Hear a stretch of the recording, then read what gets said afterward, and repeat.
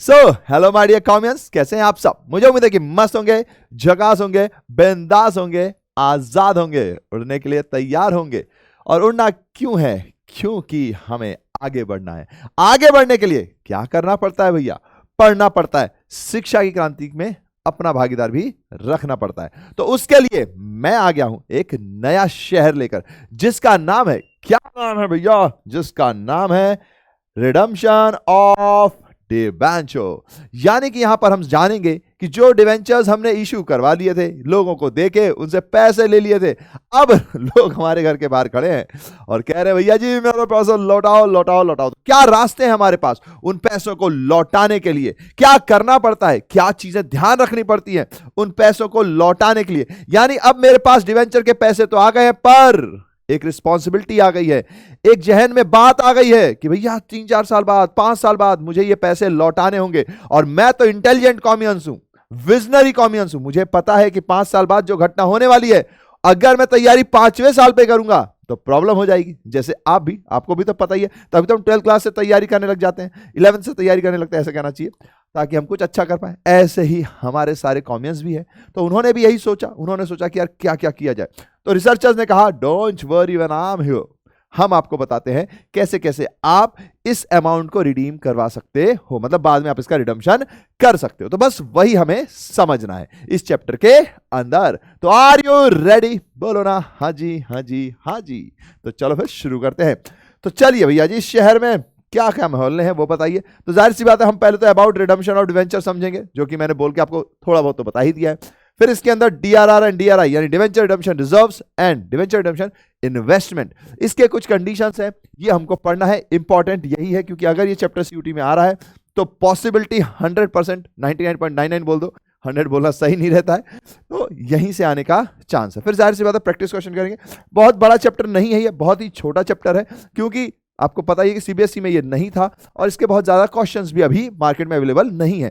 तो बहुत इंपॉर्टेंट है इसकी ये वाली थ्योरी को याद रखना, क्योंकि क्वेश्चन बनेंगे तो इसके आसपास से ही बनेंगे। ठीक है, अब एक चीज रह गई है, हाँ, कि कमेंट्स को मैं पढ़ लूं जो भी पिछली बार आए हैं। तो इसमें ज्यादा कोई ऐसा डाउट का तो नहीं आया है। That line sir, that line Ankit ji ने कहा है beauty lies in the eyes, आपको अच्छी लगी? सो स्वीट ऑफ यू यार, थैंक यू। अच्छी लगी तो इसको अपनाए रखना। Thank you sir. Lakshya ji ने कहा है 2 क्वेश्चन गलत हो गए, मैंने नोट्स कर लिए हैं, वेरी गुड, यही तो चाहिए। Diksha ji thank you sir. Savita वाली जी कह रही है सर क्या कंप्यूटराइज अकाउंटिंग छोड़ दूं? देखिए मतलब thank you are the best, okay so sweet, thank you. Point ये है कि यार कंप्यूटराइज अकाउंटिंग बहुत बड़ा है, तो मतलब ऐसा कहना टीचर के मुंह से शायद सही नहीं रहेगा कि यार आप उसको पूरा छोड़ दो, तो ये कहना, पर मैं मतलब अगर एडवाइसेबल कहे जाए तो यही कहा जाएगा कि इतना सारा पढ़ने के बजाय वो जो आपके पास मार्जिन है 4-5 क्वेश्चन छोड़ने का, क्योंकि बाकी कुछ और भी छूट सकते हैं, तो वो क्वेश्चन में आप इसको इंक्लूड कर लीजिए और इनको छोड़ ही दीजिए, क्योंकि आगे चलकर भी अगर आप कंप्यूटर से रिलेटेड कुछ करने वाले नहीं हो तो वहां पर इतना ज्यादा यूज इसका रहेगा नहीं, है ना। तो मेरी ओर से एडवाइस रहेगी। बाकी एज अ टीचर तो यही कहता नहीं नहीं सब कुछ करके जाओ, 100 मार्क्स की तैयारी करो, कहीं कोई क्वेश्चन बड़े टफ आ गए तो फिर, लेकिन मेरी भी एडवाइस यही रहेगी कि छोड़ देंगे तो ज्यादा बेटर रहेगा, ज्यादा बेटर रहेगा। ठीक है, मैंने ये नहीं कहा कि छोड़ ही देना, अगर आपको लग रहा है तो आप कर सकते हो, लेकिन टाइम बहुत ज्यादा है उसके अंदर। तो आप समझ गए होगा ना, गोल घुमा दिया मैंने।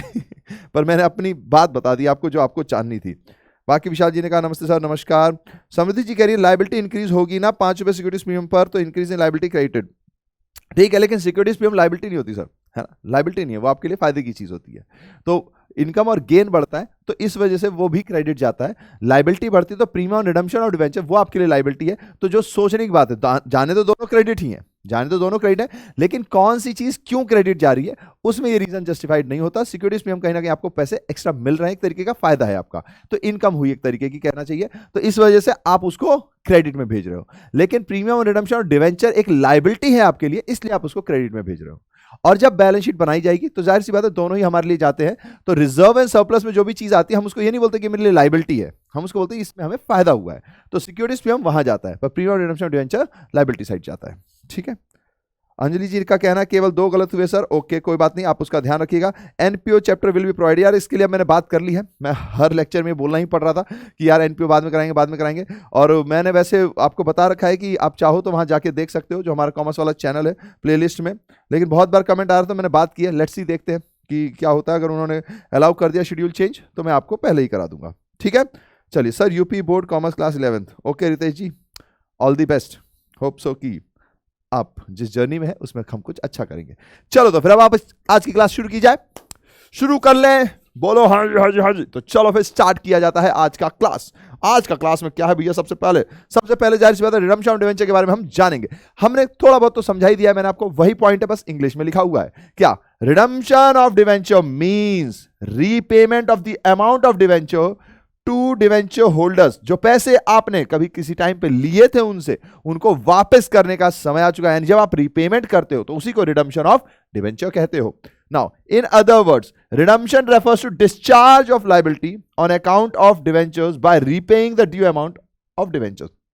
यानी कि कहीं ना कहीं मैं अपनी लाइबिलिटी को डिस्चार्ज कर रहा हूं, क्योंकि जैसे ही मैंने उनसे लोन लिया था, यानी मैंने उनसे पैसे उधार लिए थे, लोन नहीं कहेंगे तो उधार लिए थे, वैसे ही मेरे ऊपर एक लाइबिलिटी आ गई। जैसे ही मैं उन्हें पैसे चुकाऊंगा लाइबिलिटी हो जाएगी। यही तो अपने को चाहिए, है ना। Now the terms and conditions of redemption are stated in the prospectus invited application for the issue of debentures. कैसे होगा, ये सारी कंडीशंस हमारे प्रोस्पेक्टस में लिखी होती है। ये हमें पता है, प्रोस्पेक्टस में सब कुछ बताया गया होता है। उसमें रेट्स भी गिवन होते हैं, इंटरेस्ट के क्या है, कैसे कैसे आपका पेमेंट होगा, ये सब बताया जाता है। उसी के हिसाब से फिर चीजें होती हैं। Now the term of redemption are clearly stated in the debenture certificate, hence the redemption is made accordance with the terms of issue। जाहिर सी बात है, जो आपको सर्टिफिकेट इशू होगा उसी को हम डिवेंचर भी कहते हैं, है ना। इंस्ट्रूमेंट जो है उसमें भी सारी बातें लिखी होती हैं, तो उसी के हिसाब से ही रिडम्पशन होता है। सिंपल है। चलो भैया जी आगे बढ़ा जाए। Now sources of finance for the redemption of debenture. अब यहीं से केस शुरू होता है। रिडम्पशन तो हमें भी पता है भैया, पैसा लौटाना है, पर लौटाने के क्या तरीके हैं, कौन सी घुट्टी से हम लौटाएंगे, है ना, ये इंपॉर्टेंट है। तो इसमें आपके पास रिसर्चर्स ने आपको 3 ऑप्शन दिए हैं। सबसे पहला तो भैया आउट ऑफ कैपिटल, यानी कि जो भी कैपिटल आपके पास है उससे आप लौटा दो। दूसरा, या तो जो आपने प्रॉफिट अर्न किया है अभी तक उसको इकट्ठा किया होगा उसमें से लौटा दो, या फिर कुछ हिस्सा कैपिटल कुछ हिस्सा प्रॉफिट। यही तो आपके पास चांसेस है, और तो कोई तरीका है नहीं, है ना। तो ये तरीके से आप इसको लौटा सकते हो।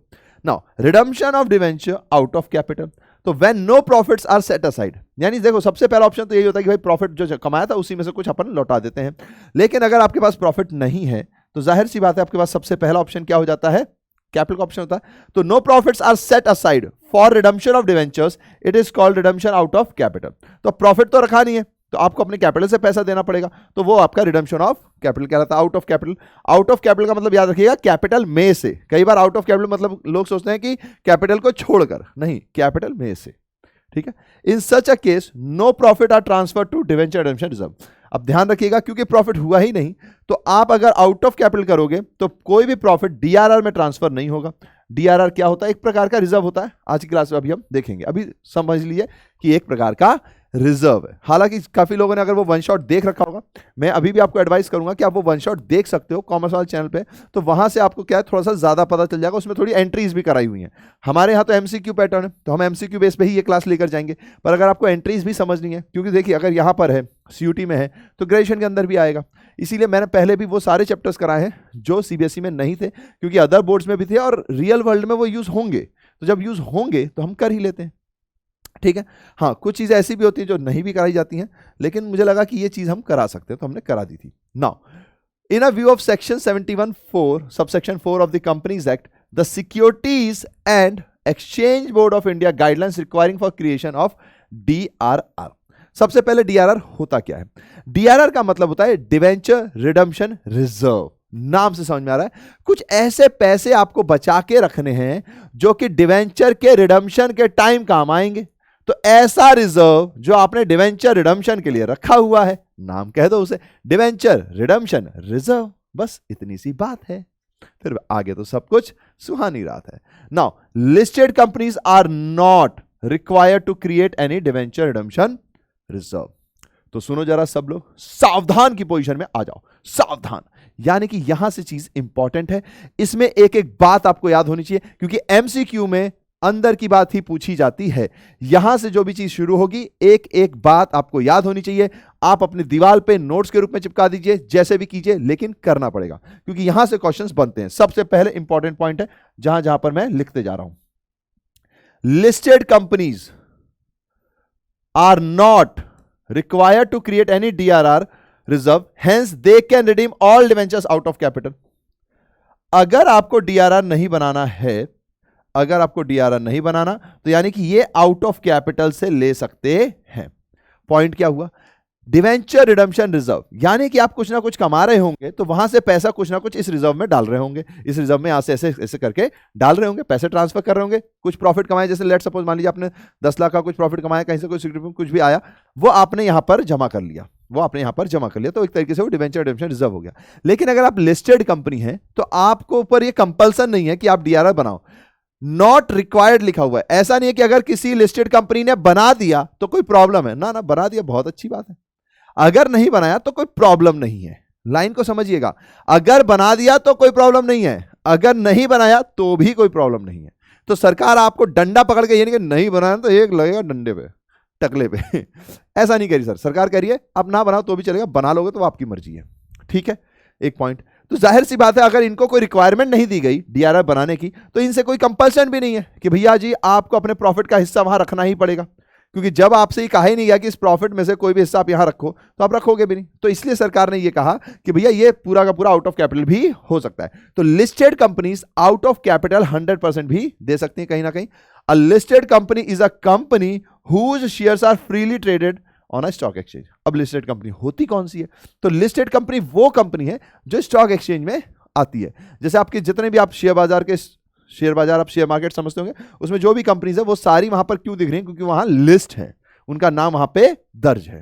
तो जो भी स्टॉक एक्सचेंज में है, और जाहिर सी बात है फिर उनकी चीजें ट्रांसफर इजीली हो जाती है, जो भी शेयर्स होते हैं, तो ऐसी कंपनीज को लिस्टेड कंपनीज कहते हैं जो भी स्टॉक मार्केट के अंदर लिस्टेड है। ठीक है, तो स्टॉक मार्केट में आप जो भी कंपनीज देखते हो ना वो सारी लिस्टेड कंपनीज ही होती हैं। तो उनको भैया जी आउट ऑफ कैपिटल भी कर सकते हैं, वो उनको रिजर्व बनाने की जरूरत नहीं है सरकार की तरफ से, अगर वो बनाना चाहे तो ठीक है। नाउ अनलिस्टेड कंपनीज जो भैया ये लिस्टेड नहीं है are required to create DRR, इनको डीआरआर बनाना जरूरी है, equal to at least nominal value of 10%। भैया जी कलर चेंज करो, मैंने कहा ओके ओके, एटलीस्ट 10%। क्या भैया 10% से ज्यादा बना सकते हैं? लिखा हुआ है एटलीस्ट, ज्यादा आपकी मर्जी है, एटलीस्ट 10% तो होना चाहिए। अब मैं यहां पे थोड़ा सा एक ऊपर ले जाकर क्रॉस मार देता हूं। अगर आपके पास पुरानी बुक होगी तो वहां पर 25% लिखा होगा, अगर आपके पास शायद 3 या 4 साल पुरानी बुक होगी तो उसमें 50% भी लिखा होगा। हमारे वक्त में 100% भी होता था, देन उसके बाद 50% भी जब हमने ट्यूशन में बच्चों को पढ़ाया है, फिर उसके बाद 25% भी हुआ। अब ये दोनों ही नहीं है। तो प्लीज याद रखिएगा कि अगर क्वेश्चन में आपको 10% लिखा हुआ आ रहा है तो याद रखना कि 10% ही आंसर सही है। अगर क्वेश्चन में, देखो ये मैं आपको अपने समझ के बोल रहा हूं, क्योंकि कई बार ऐसे एमसीक्यूज में इश्यूज आते हैं जिसमें फिर हल्ला तो मचता ही है। अगर कई क्वेश्चंस में, क्योंकि कई पुरानी बुक्स में या कई नई बुक्स में अगर वो 10% वाला पॉइंट नहीं है, तो कई पुरानी बुक्स में क्वेश्चन में अभी भी परसेंटेज 25% का है। तो अब अगर मान लीजिए किसी क्वेश्चन में आपको नन ऑफ द अबव भी नहीं दिया हुआ है और 25, 50 और 100 दिया हुआ है, तो हो सकता है उसका आंसर 25% हो, है ना, हो सकता है। तो याद रखना कि अगर 10% आंसर नहीं दिया या none of the above answer नहीं दिया है तो 25% भी किसी बुक में हो सकता है। ऐसा होना नहीं चाहिए, मैं फिर बता रहा हूं ऐसा होना नहीं चाहिए, लेकिन अगर होगा तो आपको ध्यान रखना है कि हो सकता है उन्होंने किसी पुरानी बुक से क्वेश्चन चिपकाया हुआ हो, तो वहां पे 25% भी हो सकता था। लेकिन हमारा आंसर है 10%, 10%, 10%। सबसे पहले आप 10% की ओर पे ही आपकी नजर जानी चाहिए। डीआरआर अनलिस्टेड कंपनीज को 10% बनाना कंपल्सरी है। इसका मतलब कि अगर 10% नहीं बनाए, टपक डंडा पड़ेगा टकले पर। समझ रहे हो? ठीक है, क्लियर है पॉइंट? ओके। क्योंकि कई ऐसे होता है ना, कई बार हम पढ़ते हैं कि यार ये क्वेश्चन रॉन्ग हो गया, अरे ये क्वेश्चन किताब वालों ने देखो गलत दे दिया, तो ठीक है गलत दे दिया, आप सही अटेम्प्ट कर लो, इसलिए मैंने वो पॉइंट भी आपको बता दिया। ऑल्दो अभी हट चुका, अब 10% ही आंसर है। बहुत सारे बच्चे कंफ्यूज जाते हैं, कहते नहीं सर हमें तो 25% पढ़ाया गया, स्कूल में ऐसा बोला गया। तो हो सकता है उन्होंने रिसेंट नहीं देखा होगा, इसमें कोई गलत नहीं होता, टीचर्स कई बार नहीं देख पाते हैं, टीचर कोई भी गलत भी नहीं होते, कभी कभी गलतियां हो जाती हैं बाय मिस्टेक। ओके, डन है। तो आपको ध्यान रखना है ये वाली बात। नाउ किस पर होगा भैया? नॉमिनल फेस वैल्यू पर होगा। ये आपको हमेशा ही ध्यान रखना है, नॉमिनल वैल्यू यानी कि फेस वैल्यू पर ही 10% होगा। ऐसा नहीं है कि मैंने प्रीमियम पे कर दिया तो प्रीमियम के पैसे जोड़कर करूंगा, या डिस्काउंट पे कर दिया इशू तो फिर डिस्काउंट को माइनस करके करूंगा। जो फेस वैल्यू है उसी पर डीआरआर बनाया जाता है। तो यहां पर आपके पास क्वेश्चन पहला लिस्टेड कंपनी को जरूरत नहीं है, दूसरा क्वेश्चन यहीं से उठ जाएगा, अनलिस्टेड कंपनी को जरूरत है, 10% है, किस पर है? तो फेस वैल्यू पर है। यहीं पे क्वेश्चन आएंगे, इसलिए इस पॉइंट्स को याद रखिएगा आप। नाउ हेंस अगर इनको 10% कंपल्सरली बोल दिया सरकार ने, तो इसका मतलब क्या हुआ कि 10% तो इनने बनाना ही बनाना है। ज्यादा बना दिया, इनकी मर्जी है, अच्छी बात है, अच्छी बात, एक बार नहीं दो बार कर लो। तो कोई दिक्कत नहीं है। लेकिन इस प्रोविजन से हमको क्या समझ में आया कि अगर 10% सरकार ने कंपलसरी कर लिया है तो 10% तो बनाएंगे, क्योंकि कंपलसरी है। जो नहीं भी चाहेगा वो भी अपने प्रॉफिट का 10% रखना पड़ेगा उसको। लेकिन जो 10% रख रहा है उसके अलावा नहीं चाह रहा, यानी कि वो 90% कैपिटल के थ्रू रिडम्पशन करा सकता है, आउट ऑफ कैपिटल। बस वही पॉइंट है। Now outstanding debenture out of divisible profits, hence they can redeem 90% of debenture out of capital. इसका मतलब क्या हुआ कि 90% डिवेंचर आप आउट ऑफ कैपिटल कर सकते हो एज पर सरकार इंस्ट्रक्शंस, जो कि डंडे के साथ है। विदाउट डंडा तो आप 10% नहीं, 20, 50, 100% जो भी रखना चाहो रख सकते हो। ठीक है, तो नियम क्या है, 10% का अनलिस्टेड कंपनीज को बनाना पड़ेगा रिजर्व। चलिए आगे बढ़ते हैं। नाउ डिविजिबल प्रॉफिट क्या होता है भैया जी, ये भी तो जानना जरूरी है। मैंने कहा हाँ जी बिल्कुल जरूरी है। तो डिविजिबल प्रॉफिट क्या होता है? तो divisible profit means profits available for payment of dividend as per section 123 of companies act 2013। जब आप सीए की लाइफ में जाएंगे तो सबसे पहला सेक्शन 123 ही है, जिसमें आपको बताया जाता है कि डिविजिबल प्रॉफिट मतलब वो प्रॉफिट जो अवेलेबल है शेयर होल्डर्स के पास डिविडेंड के रूप में बंटने के लिए। Dividend can be paid by a company first out of current years profit surplus in statement of profit and loss. यानी कि पहले तो आप डिविडेंड अगर चाहो तो जो करंट ईयर में आपने अर्न किया है उसके थ्रू दे सकते हो। देन अगर आपको डिविडेंड देना ही है पर करंट ईयर नहीं है तो इन द एब्सेंस इनएडिक्वेसी और absence of profit if any financial year a company may declare dividend out of dividend equalisation reserves and free reserve such as general reserve. तो फिर company dividend equalisation reserves एक होते हैं या general reserves होते हैं, यहां से भी पैसे दे सकती है। Thus, debenture redemption reserve should be created first out of surplus। इसका मतलब क्या हुआ कि भैया सबसे पहले अगर आपको डीआरआर भी बनाना है, क्योंकि डिविजिबल प्रॉफिट में से ही बनाना है, इसी में से आपको डीआरआर बनाना है। अब देखिए यहां पे लिखा हुआ है nominal value outstanding debentures at least 10% of the nominal value of outstanding debentures out of divisible profit, out of divisible profit. तो अगर डिविजिबल प्रॉफिट में से आपको बनाना है तो डिविजिबल प्रॉफिट क्या होता है, तो उन्होंने यहां बता दिया कि एक तो करंट ईयर का प्रॉफिट ले लो, आप डिविडेंड इक्वलाइजेशन रिजर्व ले लो, जनरल रिजर्व ले लो। अगर ये तीनों मिलकर डिविजिबल प्रॉफिट बन रहे हैं तो इन तीनों में से ही तो डीआरआर बनेगा ना। बस यही पॉइंट बोली है इन्होंने।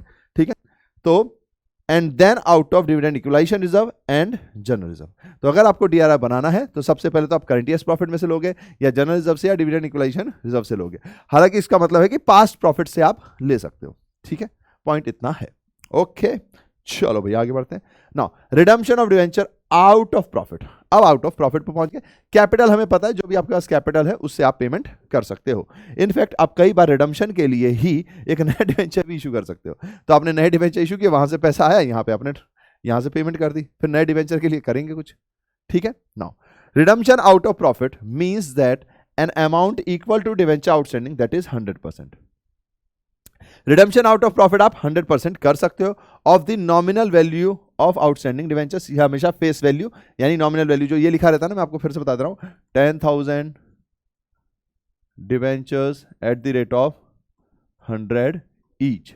ठीक है, ये 100 ईच जो है ये फेस वैल्यू है। अब इसी लाइन में अगर मैं आगे लिख दूं, इसी लाइन में मैंने आगे लिख दिया इशूड एट ₹95 ईच। ठीक है, तो इसका मतलब ये नहीं है कि 95 इंटू 10,000 करना, ना ना ना ना, 10,000 इंटू 100 यही आपकी फेस वैल्यू है।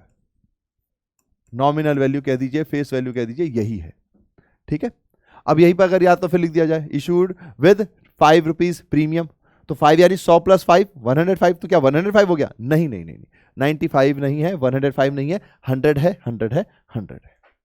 ठीक है, चलिए तो आगे बढ़ जाते हैं। Now it's transfer from divisible profit to newly open account named debenture redemption reserve account. यानी कि अगर आपको आउट ऑफ प्रॉफिट में करना है तो आप ऑफकोर्स 100% भी कर सकते हो, उसमें दिक्कत नहीं है। बट वो पैसा ट्रांसफर कहां से होगा? तो भैया डिविजिबल प्रॉफिट में से होगा। और ट्रांसफर होगा कहां पर? तो डिवेंचर रिडम्पशन रिजर्व अकाउंट में ट्रांसफर हो जाएगा। It is called redemption out of profit. तो अगर आपने अपने प्रॉफिट के पैसे से, करंट या प्रीवियस के पैसे से अगर आपने रिडीम्पशन कराया है तो इसी को रिडम्पशन आउट ऑफ प्रॉफिट कहेंगे। सिंपल है। Because the transfer of profit to debenture redemption reserve DRR reduces the amount of profit available for dividend. It means that profit set aside for DRR is not available for payment as dividend but would be utilized to redeem the debentures. Thus existing liquid resources of company are not affected by redemption in this manner. ये manner क्यों बनाया गया? जाहिर सी बात है, देखिए share holders को पैसा मिलता है डिविडेंड आने पर, है ना, डिविडेंड मिलता है, शेयर होल्डर्स को कहीं ना कहीं इनकम होती है। अब आप अगर उन्हीं की इनकम में से कुछ पैसा निकाल रहे हो तो कहीं ना कहीं आपको पता है कि आप प्रॉफिट से ही चीजों को हटा रहे हो। इससे क्या होगा कि आपके लिए कोई इशू नहीं आता, एज अ कंपनी आपको एक एक्स्ट्रा बर्डन नहीं पड़ता, क्योंकि शेयर होल्डर को दिया दिया नहीं दिया नहीं दिया, अपने घर की कहती है घर की मुर्गी दाल बराबर बोला जाता है ना, वैसा है। तो शेयर होल्डर्स को हम डिविडेंड नहीं देंगे तो हम क्या करेंगे, यहां पर इसका रिडम्पशन करा देंगे। तो इससे हमारा जो बाकी बैलेंसेस है, जो कंपनी के स्टेटमेंट ऑफ अफेयर्स हैं या बाकी चीजें हैं, तो वो इतनी ज्यादा इफेक्ट नहीं होती हैं, कंपनीज के आगे की प्लानिंग इतनी ज्यादा इफेक्ट नहीं होती, आपके खुद के रिसोर्स बहुत ज्यादा कहीं नहीं जाते, क्योंकि डिविडेंड तो आपको वैसे भी देना ही था, तो वो तो वैसे भी बाहर जानते, जो बाहर चीज वहां जानी थी उसको यहां दे दिया, इनको मना लिया। आपके मन में डाउट आ सकता है, अच्छा भैया ये शेयर होल्डर मान क्यों जाएंगे? शेयर होल्डर इसलिए मानते हैं क्योंकि कंपनी का ना, आपको हमेशा ध्यान रखना, शेयर होल्डर को एक तो डिविडेंड इनकम मिलती है, और कंपनी की जब प्राइस बढ़ती है तो वो भी उनकी इनकम है, जब कंपनी की प्राइस बढ़ती है। तो अगर वो डिविडेंड ना देकर अपना रिडम्पशन कंप्लीट करते, अपनी लायबिलिटी कम कर रहे हैं, तो मार्केट इसको पॉजिटिवली लेता है, तो इनकी प्राइस टुडुम से यहाँ पहुंच जाती है, टुडुम से यहाँ पहुंच जाती है। तो ये भी एडवांटेज होते हैं, बड़े खेल हैं, धीरे धीरे आप सब समझोगे। चलो आगे बढ़ रहे हैं। Now redemption of debenture out of capital and profits. अगर आप कैपिटल और प्रॉफिट में से निकाल लेते हैं तो एक अभी एग्जांपल दे दिया था उन्होंने, जैसे it means redemption of debenture partly out of capital, कुछ तो आपने कैपिटल से लिया and partly out of profit, यानी कुछ आपने प्रॉफिट से लिया है।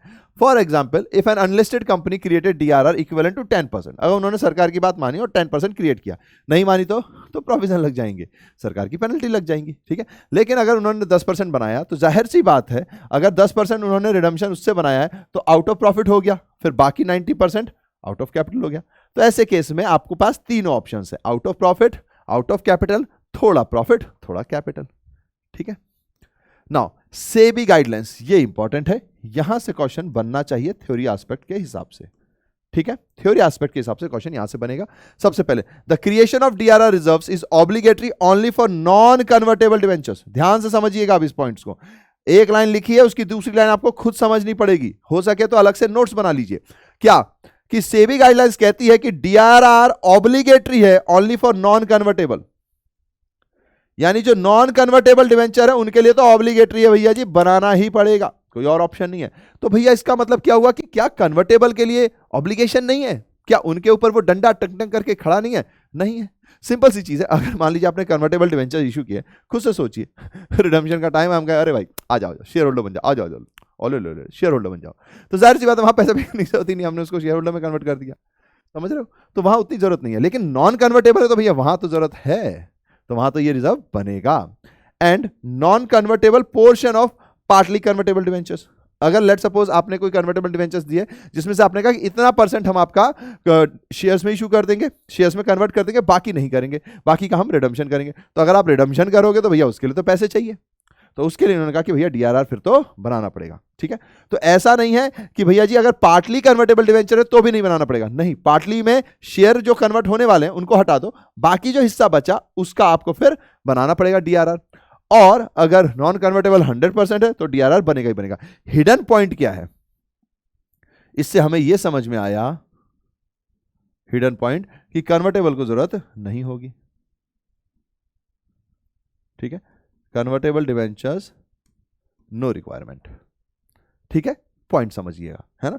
तो ये एमसीक्यू में आ सकते हैं, प्लीज यहां की थ्योरी इंपॉर्टेंट है। Now an unlisted company shall create DRR equivalent to at least 10% of the nominal face value of the outstanding debentures.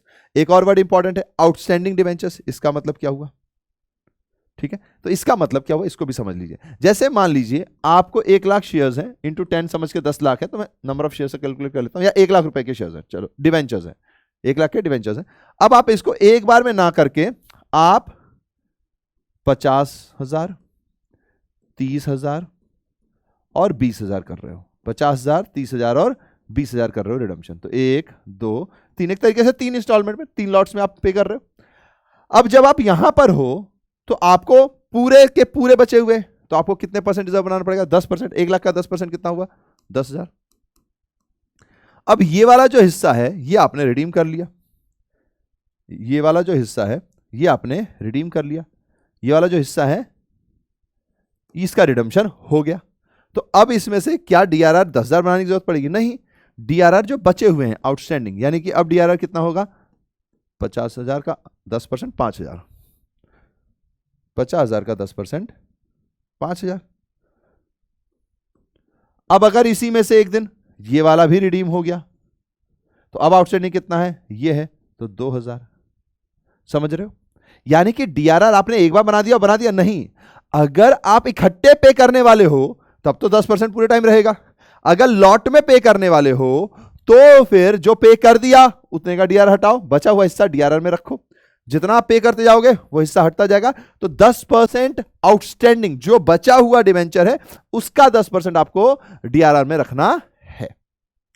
ठीक है, चलिए तो फिर आगे बढ़ते हैं। Now exemptions of the rule of creating DRR, important point, important point है भैया जी। ये इंपॉर्टेंट पॉइंट क्यों है? क्योंकि इससे रिलेटेड क्वेश्चन बनेगा, थ्योरी से रिलेटेड क्वेश्चन बनेगा, तो प्लीज अच्छे से अपने को इसको करना है। ठीक है, यहां पे एस्टेरिक भी मार दूं। रेड कलर कहां है भाई अपना? रघुवरी रीत सदा चली आई, जहां पे बात इंपॉर्टेंट हो वहां पे निक्कू भैया रेड मार्क लगाई। ठीक है, चलिए ध्यान से देखना। अब ये इंपॉर्टेंट है। अब एक एक कंपनी के नाम समझना। Following categories of companies are exempt. Exempt का मतलब है इन्हें जरूरत नहीं है बनाने की, इन्हें जरूरत नहीं है बनाने की। कौन है वो लोग? All India financial institutions regulated by RBI. सारे ऑल इंडिया फाइनेंशियल इंस्टीट्यूशन नहीं, जो भी रेगुलेटेड बाय आरबीआई हैं।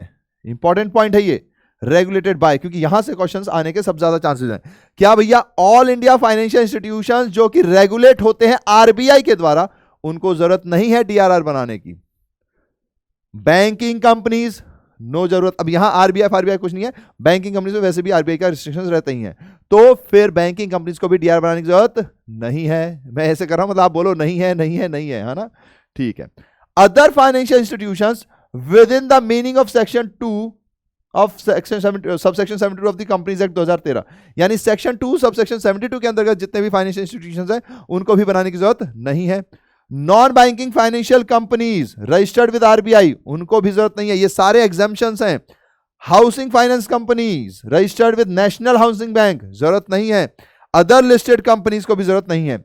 अच्छा, इन सबको क्यों जरूरत नहीं है? आप कुछ समझ पा रहे हो क्या? कोई पैटर्न समझ पा रहे हो? एक पैटर्न है, इन सब पर ऑलरेडी किसी की नजर है। मेरी जान तू किधर है, तुझ पर सबकी नजर है, बस वही पॉइंट है। समझ रहे हो? वही पॉइंट है।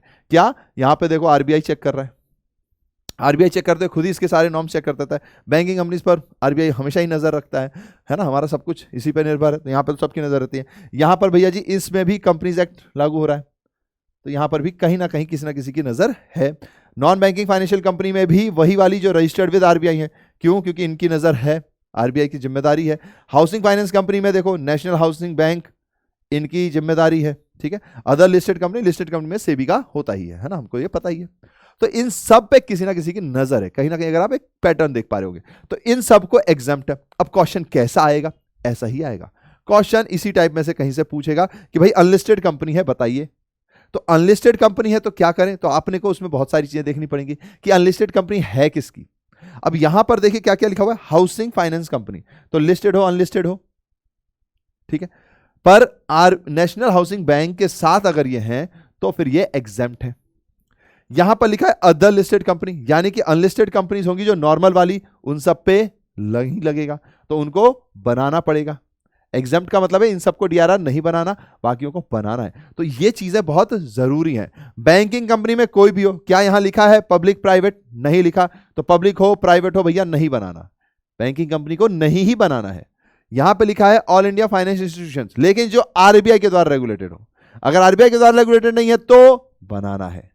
तो अब देखो छोटा सा पॉइंट है ना, तो इस अच्छे से याद रखने पड़ेंगे, क्योंकि यहां पे कहीं भी लिख दिया नॉट रेगुलेटेड बाय आरबीआई, अब आपने ध्यान ही नहीं दिया, आपने रट लिखा है एआईएफआई रट रखा है, तो प्रॉब्लम आ जाएगी। तो ये एक छोटा सा पॉइंट है, पर इसको याद रखना पड़ेगा। तो ये कंठस्थ याद होने चाहिए, कंठस्थ याद होने चाहिए, ठीक है, क्योंकि जीवन आपका है, तो पढ़ना भी आपको ज्यादा पड़ेगा।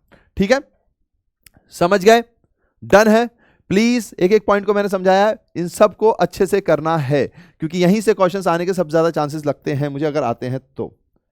नाउ डिवेंचर रिडम्पशन इन्वेस्टमेंट, अब ये क्या होता है भैया, देखिए कंपनीज ने, रिसर्चर्स ने थोड़ा और सोचा और सोचा और सोचा, सोचने के बाद सोचा कि यार ये डीआरआर के पैसे, मतलब जो प्रॉफिट के पैसे ही अपने पास रख लेते हैं, या डिवेंचर जब डिवेंचर जब इशू हो रहे होते हैं तो ये पैसे अपने पास रख लेते हैं, क्यों ना हम कुछ ऐसा करें कि ये पैसे ये लोग कहीं और लगा के हार ना जाए, खो ना जाए। जैसे कि मैं ही हूं, मान लीजिए मैं सैलरी कमाता हूं, मैं स्टॉक एक्सचेंज सीखना चाहता हूं, ठीक है, अब सीखना चाहता हूं तो मैं स्टॉक एक्सचेंज में पैसे भी लगाऊंगा। जाहिर सी बात है, कितना ही बड़ा धनुर्धर क्यों ना हो, चाहे मैं हूं चाहे कोई भी हो, आप सिर्फ अगर न्यूज़ के माध्यम से सुनते होंगे तो राकेश झुनझुनवाला जी सुनते हो, या फिर कोई और बड़े लोग सुनते हो, शायद दमानी जी हैं, और भी बहुत सारे बड़े बड़े नाम हैं जो आपके, विजय केडिया जी हैं, ये सारे नाम हम सुनते हैं। पर वो पूरे 100 करोड़, हमारे 100 करोड़ से 1 बिलियन, शायद इससे ज़्यादा ही जनसंख्या होगी, अब तो हमने शायद चाइना को भी हरा दिया है जनसंख्या में, लेकिन इन सब में 5 या 10 लोग हैं जिनके नाम आप रेगुलरली सुनते हो, जो 10,000 करोड़ 20,000 करोड़ बना चुके हैं। 90% से ज़्यादा लोग स्टॉक मार्केट में पैसे हारते हैं। यानी कि हमारे इंडिया में जितने भी लोग स्टॉक मार्केट में डाल रहे हैं उसमें से 90% लोग अपने पैसे कहीं ना कहीं गवा रहे हैं। तो जाहिर सी बात है कि क्या सिर्फ अनपढ़ लोग पैसे गवा रहे होते हैं? नहीं, जिनको इसकी नॉलेज होती है वो भी पैसे गवा रहे होते हैं। इसकी वजह क्या है? इसकी वजह बहुत सारी, जब आप इसके अंदर जाओगे समझोगे तब समझ में आएगा। कई बार हम भी लॉस गवाते हैं, कई बार हमारे भी पैसे डूब जाते हैं, लेकिन अब हम सीखना चाहते हैं, समझना चाहते हैं। इनिशियली तो आप एक तरीके से उसको डूबना नहीं कहते, इन्वेस्टमेंट कहते हो, कि आप स्टॉक मार्केट सीख रहे हो, समझ रहे हो, तो आप इन्वेस्ट कर रहे हो, पैसे जा रहे हैं आपके, ठीक है। और बहुत सारे लोग कमा भी लेते हैं, लेकिन उनको छोड़कर क्या कोई सीए होगा और वो स्टॉक मार्केट में पैसा कमाएगा ही कमाएगा? नहीं। हम जब आर्टिकलशिप में थे, ऐसे 10 सीए हमने देखे हैं जिनके पास बहुत अच्छी नॉलेज है, पर मार्केट में उनके पैसे बहुत डूब गए। एक तो ऐसे थे जो कि बैंकरप्ट के आसपास आ गए थे, फिर उन्होंने सीए की डिग्री से सीए का वर्क करना ही स्टार्ट किया, स्टॉक मार्केट को टाटा बाय बाय किया। 3 ऐसे लोग हैं, 9-10 लोगों को मतलब मैंने सुने थे उस टाइम पे, मैं उनको पर्सनली नहीं जानता था, बट मैंने सुना था कि उनके स्टॉक मार्केट में इतने पैसे डूब गए कि बैंकरप्सी की हालत हो गई थी। तो ये कहीं से कोई क्राइटेरिया नहीं है कि स्टॉक मार्केट में हर वो आदमी जीत ही जाएगा जो ये पढ़कर जाएगा, वरना तो हर कोई यही पढ़े, हाँ चलो पढ़ते हैं। और ये भी क्राइटेरिया नहीं कि जो इसको नहीं पढ़ेगा वो नहीं कमा सकता। विजय केडिया जी का ऐसा शायद एग्जांपल है कि वो बहुत हाईएस्ट लेवल पे नहीं पढ़े हुए हैं, लेकिन बहुत काफी अच्छा उन्होंने स्टॉक मार्केट में कमाया है, उनके अलग थ्योरम होगी, है ना। तो यही सारे पॉइंट्स हैं। हाँ, राकेश झुनझुनवाला जी जो सीए भी हैं, उन्होंने बहुत कमाया भी था, अब तो चलिए उनका देहांत हो गया, तो जय सिया राम। लेकिन पॉइंट ये है कि सीए होकर भी कमा सकते हो, ना होकर भी कमा सकते हो, पर सीए होकर कमा ही लोगे ये कंफर्म नहीं है ज्यादा, समझ रहे हो। तो ऐसा ही बात कंपनीज के साथ भी होता है कि कंपनीज को पैसा तो मिला, अब एक शातिर दिमाग क्या सोचता है, अरे भाई मुझे पैसा मिल गया है, इस पैसे को ना मैं लक्ष्मी चिटफंड में डाल के दुगना कर दूंगा। एग्जाम्पल के लिए फिल्में आपने देखी होंगी, शायद हेरा फेरी या किसी में है ये नाम, है ना। अब उन्होंने जब पैसा डाल के डबल कर दूंगा, यही कंपनियां भी सोच सकती हैं। कंपनियां उधार क्यों लेती हैं? ताकि वो बिजनेस चलाएं और चलाने के बाद कुछ प्रॉफिट कमाए और वहां से पैसा चुका दें। अब लेट सपोज मुझे ऐसा लग रहा है कि यार ये पैसा जो मेरे पास आया ना, मैं तो स्टॉक मार्केट का किंग हूं यार, इसको डालूंगा और यार धड़ाधड़ बढ़ा लूंगा, फिर इनको भी पैसा लौटा दूंगा और जो प्रॉफिट होगा एक्स्ट्रा उसको अपनी जेब में भी डाल लूंगा।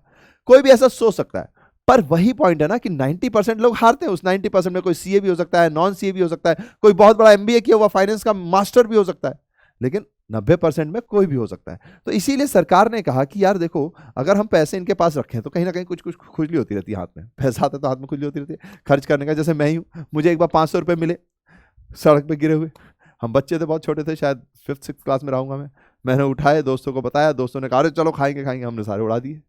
और फिर 5 या 7 रुपये मेरे पास बचे थे, और फिर मेरे दोस्त ने जाके मेरी मम्मी को भी बता दिया।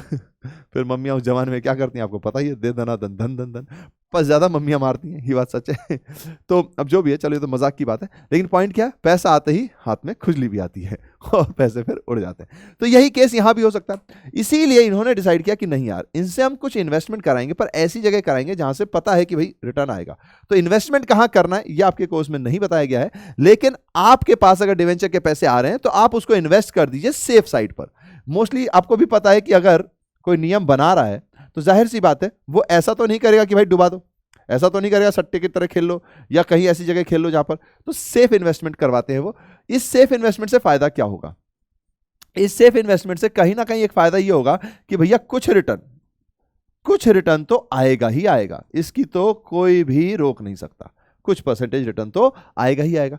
तो कई बार रिसर्चर्स ने ये सोचने के बाद डिसाइड किया कि एक और रिजर्व बनवाया जाए, लेकिन उसको रिजर्व ना बोला जाए, डिवेंचर रिडम्पशन इन्वेस्टमेंट, यानी कि जो पैसे आपके पास हैं उसको कहीं ना कहीं इन्वेस्ट कर दो ताकि कुछ पैसा वहां से रिटर्न भी मिले, मतलब कुछ पैसा तो आएगा ना एडवांटेज। जैसे मान लीजिए एफडी बना रहे हो, अभी फिलहाल ये है कि देश में आप कितनी की भी एफडी बनाओ 5% 4% कुछ ना कुछ तो रिटर्न आएगा ही, 6% भी आ सकता है, तो रिटर्न आपके पास आएगा। रिटर्न आने के बाद आप क्या करोगे, पैसे चुकता कर दोगे। तो कहीं ना कहीं कंपनीज के पास एक एडवांटेज आ गया और वो भी स्टेबल हो गया। जैसे अब मैं क्या करता हूं, मेरी सैलरी है, सैलरी का कुछ हिस्सा मैं अपने पापा को दे देता हूं ताकि वो उसकी एफडी बना दे, आरडी बना दे, जो बनाना है उनको बना दे, वो वहां पर रहेगा। कुछ हिस्सा मैं अपने पास रखता हूं क्योंकि मुझे स्टॉक मार्केट लर्न करना है। अगर मान लीजिए मुझे लॉस भी होता है तो मुझे ये पता है कि ये मेरी ऐसी लॉस है जिसमें मुझे बहुत ज्यादा फाइनेंस की प्रॉब्लम नहीं आने वाली है, मैं सड़क पे नहीं जाने वाला हूं।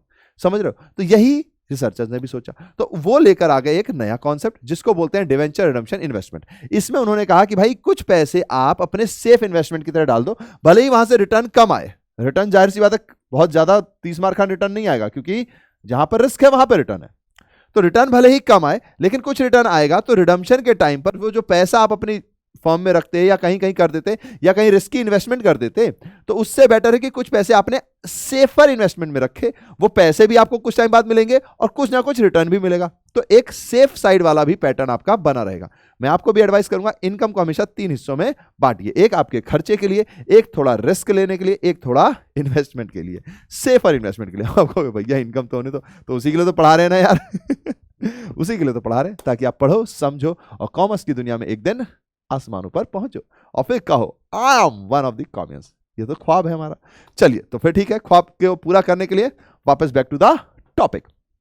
Now condition of investing 15% of the nominal face value of debentures maturing during the year, यानी कि एक कंडीशन रख दी कि भैया इन्वेस्ट करना है आपको 15% नॉमिनल फेस वैल्यू, यानी कि अगर डिवेंचर भैया 1 लाख का है तो आप ये कहना चाह रहे हो कि इसका 15% हमको इन्वेस्ट करना पड़ेगा। जी हां बिल्कुल सही कह रहा हूं, सही पकड़े हैं, सॉरी कह नहीं रहा हूं, हाँ यही कह रहा हूं, सही पकड़े हैं, वाह भाई वाह, वेरी गुड। तो ये कितना हो गया, 15,000 हो गया। अब पॉइंट फिर यही आता है, मन तो खोजी दिमाग है। खोजी दिमाग क्या कहता है, अरे भैया एक बात बताओ, अभी आप डीआरआर की कुछ कंडीशंस, कुछ एग्जाम्पशंस ये सब बता रहे थे, क्या इसमें भी है? क्या बात है, खोजी रिसर्चर्स बनने लग गए हैं। तो बिल्कुल है, अभी थोड़ी देर में पढ़ते हैं, पहले इसको समझ लेते हैं। तो as per rule 18(7)(b, as per rule 18(7)(b of the company's share capital and debentures rules 2014 as amended prescribed that all listed as well as unlisted companies that are redeemed debentures shall force to 30th day of April of each year deposit or invest in specified securities। देखिए specified, ये specify किया जा चुका है क्योंकि इंसान का कोई भरोसा नहीं है, वो जाके पूरा मार्केट में लगा दे, पूरा डूब गया, फिर कहे मैं तो बैंकरप्ट हो गया, हमें माफ करो। तो इसलिए सरकार ने डिसाइड किया स्पेसिफाइड सिक्योरिटीज, वो बताते हैं कहां पे करना है। A sum which shall not be less than 15% of the nominal face value of debentures maturing to be redeemed during the ending of the 31st March of next year. इसका मतलब क्या हो भैया, कुछ समझ में नहीं आई लाइन। 30 अप्रैल क्या है, 31 मार्च क्या है? ओके समझाते हैं। जैसे मान लीजिए आपके पास 1/4/21 का ईयर चल रहा है, यहां से यहां तक आपका 31 मार्च 22 है, फिर यहां से यहां तक आपका 31 मार्च 23 है, ठीक है, समझ रहे हो? अब आप आराम से कुछ कुछ एंट्रीज कर रहे थे, आपको पता चला यहां पर इस तारीख को आपको पता चला कि इस ईयर में यहां से यहां तक में, यहां पे जो भी आपने एंट्रीज की हैं, जो भी इशू की होती हैं, जो भी इंटरेस्ट पेमेंट की होती है, वो सब आपने एंट्रीज यहां पर कर रखी हैं। अब आपको पता चला कि इस ईयर में यहां से लेकर यहां तक में आपको ये समझ में आया कि भैया जी कुछ रिडम्पशन होने वाला है, चाहे यहां होने वाला है, चाहे यहां होने वाला है, या यहां होने वाला है, ठीक है, चाहे यहां होने वाला है, चाहे यहां होने वाला है, चाहे यहां होने वाला है, चाहे यहां होने वाला है, कहीं भी होने वाला है, आपको पता चला कि रिडम्पशन होने वाला है। तो आपको कंडीशन दे दी गई है कि जो भी रिडम्पशन होने वाला है, जो भी रिडम्पशन होने वाला है, एक ग्रीन कलर कर लेते हैं, जो भी रिडम्पशन होने वाला है उसमें ये तारीख है ना, ये यहां पर जो है 1/4/22 भी हम इसको पढ़ सकते हैं, है ना, 31 मार्च 22, 1/4/22, ठीक है। ये है आपके पास तारीख, इसको थोड़ा नीचे लिख लेते हैं, ये आपके पास तारीख है 30/4/22। आपको पता होना चाहिए अप्रैल 30 महीने का होता है। तो आपसे कहा गया है कि इस पीरियड में यहां पर जो भी रिडम्पशन होने वाला है, आपको यहां पर जो भी रिडम्पशन होने वाला है उसका 15%, जो भी रिडम्पशन होने वाला है उसका 15%, जो भी रिडम्पशन होने वाला है इसका 15%, जो भी रिडम्पशन का अमाउंट होने वाला है उसका 15%, और अमाउंट नहीं, फेस वैल्यू के हिसाब से, ठीक है, उसका 15% आपको इस दिन तक में 1/4/22 से लेकर 30/4/22 तक आपको इन्वेस्ट करना है। क्या करना है? इन्वेस्ट करना है। कहां इन्वेस्ट करना है? स्पेसिफाइड सिक्योरिटीज में। नाम आपको नहीं बताया गया, नहीं पूछा जाता है। स्पेसिफाइड सिक्योरिटीज में आप कंपनी एक्ट में जाओगे, वहां आपको मिल जाएगा, या गूगल पे सर्च करोगे तो मिल जाएगा। इन्वेस्ट करना है कब तक? जब तक कि ये 30/4/2022 तक की तारीख नहीं आती, या फिर क्वेश्चन अगर कुछ अलग तारीख कहेगा तो वो भी तारीख मानी जाती है, लेकिन रूल्स के हिसाब से 30/4/22 तक आपको जमा करने हैं स्पेसिफाइड सिक्योरिटी में, इन्वेस्ट करने हैं स्पेसिफाइड सिक्योरिटी में। समझ गए? कौन से पैसे? जो यहां पे रिडम्पशन होने वाले हैं। समझ रहे हो? जो भी पैसे आपको 31 मार्च 2023 तक में चुकाने हैं उनका एक इन्वेस्टमेंट 15% आपको इन्वेस्टमेंट करना है 30/4/2022 तक। डन। अगर भैया मेरे को कोई 2024 में करना है तो फिर 30/4/2023 तक आपको जो भी रिडम्पशन करना है उसका 15% आपको रखना है फेस वैल्यू के बेस पर। 15% आपको डिवेंचर रिडम्पशन इन्वेस्टमेंट में डालना है। जाहिर सी बात है, कोई स्पेसिफाइड सिक्योरिटी आप खरीदोगे, नॉर्मल सा पॉइंट है, आपने इन्वेस्टमेंट किया, इन्वेस्टमेंट बढ़ा, पैसा आपकी जेब से गया, एंट्री हो जाएगी इन्वेस्टमेंट टू बैंक। फिर जब रिडम्पशन का टाइम आएगा भैया तब क्या करेंगे? तो उनसे भैया वो वापस लेंगे। तो हमको वो पैसा बच गया ना, कम से कम 15% तो अब गवर्नमेंट की ओर से सिक्योर हो गए, मतलब सेबी की ओर से माना गया कि 15% तो आपने बचा लिया, बाकी 85% फिर आप अरेंज करोगे। और क्या भैया इसको ज्यादा बना सकते हैं? बिल्कुल ज्यादा बना सकते हैं, यहां कोई दिक्कत नहीं है, ये रिस्ट्रिक्शन नहीं है, डंडा है 15% बनाने का। ठीक है, चलिए तो आगे बढ़ जाएं। मुझे उम्मीद है आप समझ गए होंगे, नहीं तो डाउट सेक्शन तो है ही, मतलब कमेंट सेक्शन तो है ही।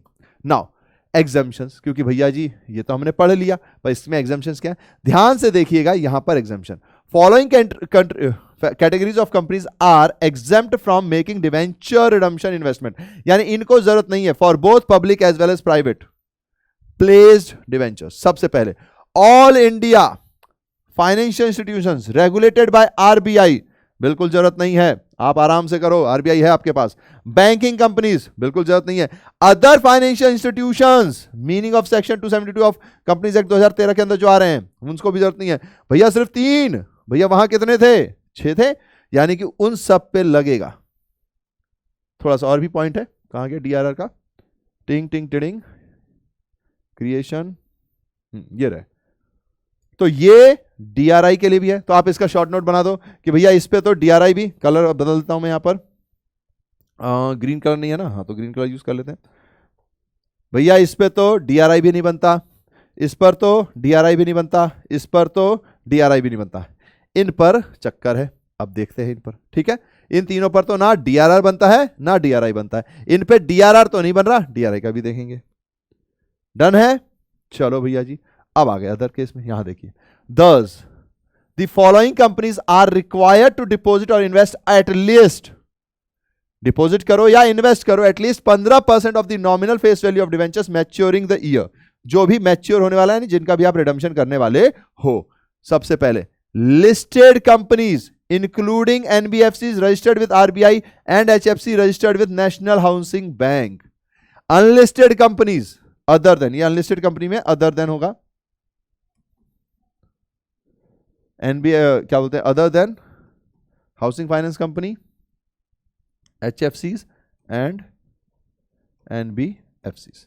ठीक है, तो अनलिस्टेड कंपनीज में आपको ये करना पड़ता है। It means that although listed companies are not required to create DRR, they must also invest at least 15% of the debenture maturing during the year.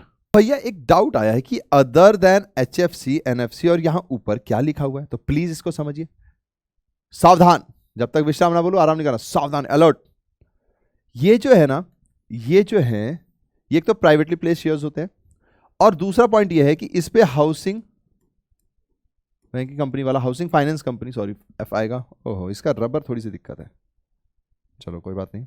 जो हमारे पास यहां पर था, मैं एक बार आपको दिखा देता हूं, कहां गया, out of profit, visual profit, ये रहा। ये जो एग्जम्पशंस रूल्स आपके चल रहे हैं, ये जो एग्जम्पशंस रूल्स आपके चल रहे हैं, तो इसमें जो है ना, non banking finance company registered with RBI, housing finance company registered with national housing bank. तो ये जो नेशनल हाउसिंग बैंक और ये वाली जो फाइनेंसिंग कंपनीज है, अगर ये अनलिस्टेड हैं, अगर ये दोनों अनलिस्टेड हैं, तो ये इसके अंदर आएगी, अनलिस्टेड कंपनीज अदर देन ये वाली। पर इन दोनों पर हाउसिंग फाइनेंस बैंक का, ठीक है, और यहां पर आपका आरबीआई वाला, आरबीआई शायद इसका रूल 45 आईसी ऐसा कुछ है, ठीक है, तो आरबीआई समझ लिया अभी फिलहाल। तो ये वाली जो हैं, इन पर आपको डीआरआई नहीं बनाना। फिर से समझिएगा, यहां पर ये कंफ्यूज करता है, लिस्टेड कंपनी इंक्लूडिंग एनबीएफसी, चाहे एनबीएफसी रजिस्टर्ड विद आरबीआई है, चाहे HFC housing national housing bank, ये एनएफसी एनएफबी आएगा, वही तो मैं कह रहा हूं, एचएफ क्यों आ रहा है, ये रहा, ठीक है। प्लीज थोड़ा सा समझिएगा, एनएचबी नेशनल हाउसिंग बैंक, यानी कि फिर से समझना, अगर लिस्टेड कंपनी है तो फिर वो, अगर ये भी है, एचएफसी भी है, एनबीएफसी भी है लिस्टेड, तो इनको तो डीआरआई बनाना ही बनाना है। लिस्टेड कंपनी है, जो भी है, आरबीआई की से रिलेटेड है कि नहीं है उससे इंपॉर्टेंट नहीं है, उनको तो बनाना ही बनाना है। अनलिस्टेड केस में सबको बनाना है, पर सब अनलिस्टेड को बनाना है, पर ऐसी एचएफसी जो कि एनएचबी या नेशनल हाउसिंग बैंक के थ्रू, या फिर एनबीएफसी जो आरबीआई के थ्रू रेगुलेट हो रही है, उनको नहीं बनाना, प्राइवेटली प्लेस्ड शेयर्स में, ठीक है, इनको नहीं बनाना है, नॉट रिक्वायर्ड। ये वाला हिस्सा हर अनलिस्टेड कंपनी को बनाना है, इनको नहीं बनाना, ये नॉट रिक्वायर्ड में है। प्लीज, बहुत अच्छा क्वेश्चन बनता है यहां पर, वो आपसे क्वेश्चन में बोल देंगे अनलिस्टेड एनबीएफसी है, आप मुझे बताइए डीआरआई कितना बनेगा, 15%, 20%, 25%, नन ऑफ द अबोव। आपका आंसर होगा नन ऑफ द अबव, क्योंकि इस पर ये कोई डंडे वाला कंपल्सन नहीं है। पर अगर वो लिस्टेड, अब देखो कितना कंफ्यूजन है, अनलिस्टेड और लिस्टेड का ही काम है, एक वर्ड अन, यूएन, दो वर्ड हो गए एक तरीके से, अन के वजह से सारा खेल बिगड़ जाएगा। लिस्टेड में चाहे हो चाहे ना हो, बनेगा बनेगा, अनलिस्टेड में नहीं बनेगा, अगर वो other than housing finance company है और एनबीएफसी है, इन पे रिक्वायरमेंट नहीं है। अगर मान लीजिए कोई भी एनबीएफसी है जो लिस्टेड है, कोई भी हाउसिंग फाइनेंस कंपनी है जो लिस्टेड है, उनको बनाना ही पड़ेगा। डीआरआर भले ही इनको नहीं बनाना पड़ता, इनको डीआरआर नहीं बनाना पड़ता, इनको डीआरआर नहीं बनाना पड़ता, डीआरआई बनाना पड़ेगा। इनके केस में अनलिस्टेड कंपनी में तो थे ही सारे, डीआरआर बना ही रहे थे, ये लोग नहीं बना रहे थे, ठीक है, ये लोग अनलिस्टेड में नहीं बना रहे थे क्योंकि यहां पर थे। मैं फिर से समझा रहा हूं, प्लीज दोनों पेजों को समझना, ज्यादा कंफ्यूज मत होना, और मैं भी करूंगा कि ज्यादा बोल ना दूं तो आप कंफ्यूज हो। देखो, non banking finance company registered with RBI, listed है अनलिस्टेड है मतलब नहीं है, लिस्टेड हो अनलिस्टेड हो दोनों ही खत्म नहीं होगा। Housing finance company registered with national housing bank, listed है अनलिस्टेड है, दोनों को मना है।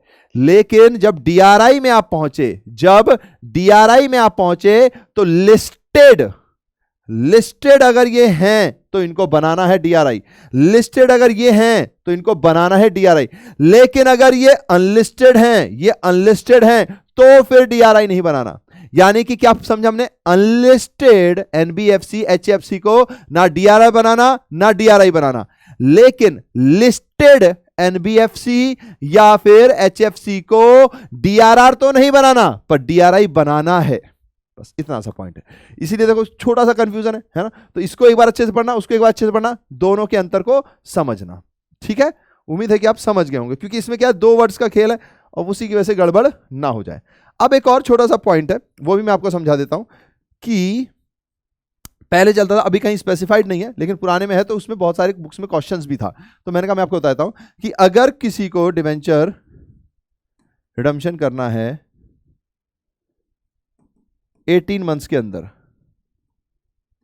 ठीक है, 18 मंथ्स के अंदर, तो नो डीआरआर, तो डीआरआर की जरूरत नहीं है, ठीक है। इसमें कुछ क्वेश्चंस थे, इसलिए मैंने कहा कि मैं ये लाइन भी आपको बता ही दूंगा, तो ये भी आपको याद रखना है, ठीक है, क्योंकि कई बार क्वेश्चंस अगर पुरानी बुक से उठा लिया जाए तो फिर दिक्कत हो जाती है। तो अगर 18 महीने के अंदर के हैं तो डीआरआर नहीं बनाना, यानी कि आपने डिवेंचर लेट सपोज इशू किया 1 अप्रैल 2021 को, उसका रिडम्पशन 30 सितंबर से पहले हो रहा है, तो फिर आपको डीआरआर नहीं बनाना है, ठीक है। समझ रहे हो, ये इस पॉइंट का मतलब है। तो हमने क्या सीख लिया, आपको ध्यान रखना है DRI हमें बनानी है, डेट है 30 अप्रैल, यानी कि अगर मान लीजिए 31 मार्च 2023 को तक कुछ भी रिडम्पशन होने वाला है 1 अप्रैल 2022 के बाद से, तो 30/4/2022 की डेट है। अब डाउट यही आ जाता है कि भैया अगर कोई चीज हम 30/4 से और 1/4/2022 से लेकर 30/4/2022 के बीच में अगर रिडम्पशन कर रहे होंगे तो जाहिर सी बात है उसके पहले हम बना चुके होंगे उसका, समझ रहे हो। और जो डेट है 30/4/2022, यानी कि 30/4 जो डेट है इससे अलग डेट भी हो सकती है, पर इससे पहले की होगी, यानी कि 1/4 से लेकर 30/4 के बीच की ही कोई डेट होगी। अगर क्वेश्चन कहता है तो फिर तब तक बनाना है, ये मैक्सिमम है। ठीक है, समझ गए, बस इतना ही है DRI DRR। फिर आपको कुछ नहीं करना, आपकी झोली में मार्क्स आएंगे। प्लीज लिस्टेड अनलिस्टेड में, खासकर अनलिस्टेड NBFC और HFC के पॉइंट को याद रखिएगा, क्योंकि वो दोनों ही जगह एग्जाम्प्ट हैं। लिस्टेड NBFC और HFC पे DRI बनेगा, DRR नहीं बनेगा। बैंकिंग होगी और ऑल इंडिया फाइनेंसिंग कंपनी होगी जो कि RBI के थ्रू होगी या बैंकिंग कंपनी होगी, उन पे तो बिल्कुल भी नहीं बनेगा, चाहे DRR हो चाहे DRI हो। ठीक है, प्लीज, है ना। चलिए, मुझे उम्मीद है कि आप समझ गए होंगे, नहीं तो दोबारा समझ लेना, कोई दिक्कत नहीं है, नोट्स बना लेना, और फिर भी कोई डाउट होगा तो कमेंट सेक्शन में बता देना। ठीक है, नाउ तो हमारे पास DRR और DRI बनाने का समझ में आ गया, 10% 15% समझ में आ गया, किस पे लगता है किस पे नहीं लगता ये भी समझ में आ गया भैया। अब ये बताओ पेमेंट कब होगी, सब कुछ बता दिया, वो पेमेंट की डेट जब आई तब क्या क्या होगा। तो देखिए हमारे पास 4 ऑप्शन है, यानी methods of redemption of debenture में हमारे पास 4 ऑप्शन है। पहले लमसम मेथड है, यानी कि एक बार में चुकता के पास बहुत है पैसा, डोंट वरी। फिर redemption of debenture in instalment या ड्रॉ फ्लॉट, जो मैंने आपको बताया अगर 3 हिस्सों में होगा तो, या फिर purchase by the purchase of own debentures from the open market, यानी आप अपने ही मार्केट से, मतलब ओपन मार्केट से अपने ही डिवेंचर्स को परचेज कर लें, या फिर बाय कन्वर्जन इनटू शेयर्स और न्यू डिवेंचर्स। जाहिर सी बात है ये दोनों ही हमारे कोर्स CBSE में भी नहीं थे, और अभी जो कोर्स बाहर आया है उसमें भी ये नहीं है। ठीक है, तो ये तो अभी हम इग्नोर करेंगे। कन्वर्जन का मैं थोड़ा बहुत बता दूंगा, ज्यादा कुछ है नहीं उसमें। अब ये हमारे पास दोनों हैं, इसमें क्या है, एंट्रीज कॉमन है, बस कुछ चीजें हैं कि भैया जी जब आप लॉट में कर रहे हो तो आपको क्या करना पड़ता है, ईयर 1 में, ईयर 2 में, ईयर 3 में कुछ दिया, 4 में कुछ दिया, 5 में कुछ दिया, तो बस उतनी बार एंट्री करनी पड़ती है। बाकी तो लगभग चीजें सारी सेम है, जो यहां पर है वही यहां पर है, बस इसमें थोड़ा सा पीरियड में अंतर है। तो पूरा इकट्ठा ना देने के बजाय आप पार्ट्स में दे रहे हो, तो जाहिर सी बात है आपको पार्ट्स का पता होना जरूरी हो जाता है। ठीक है, चलिए तो एक एक करके आप देख रहे हैं।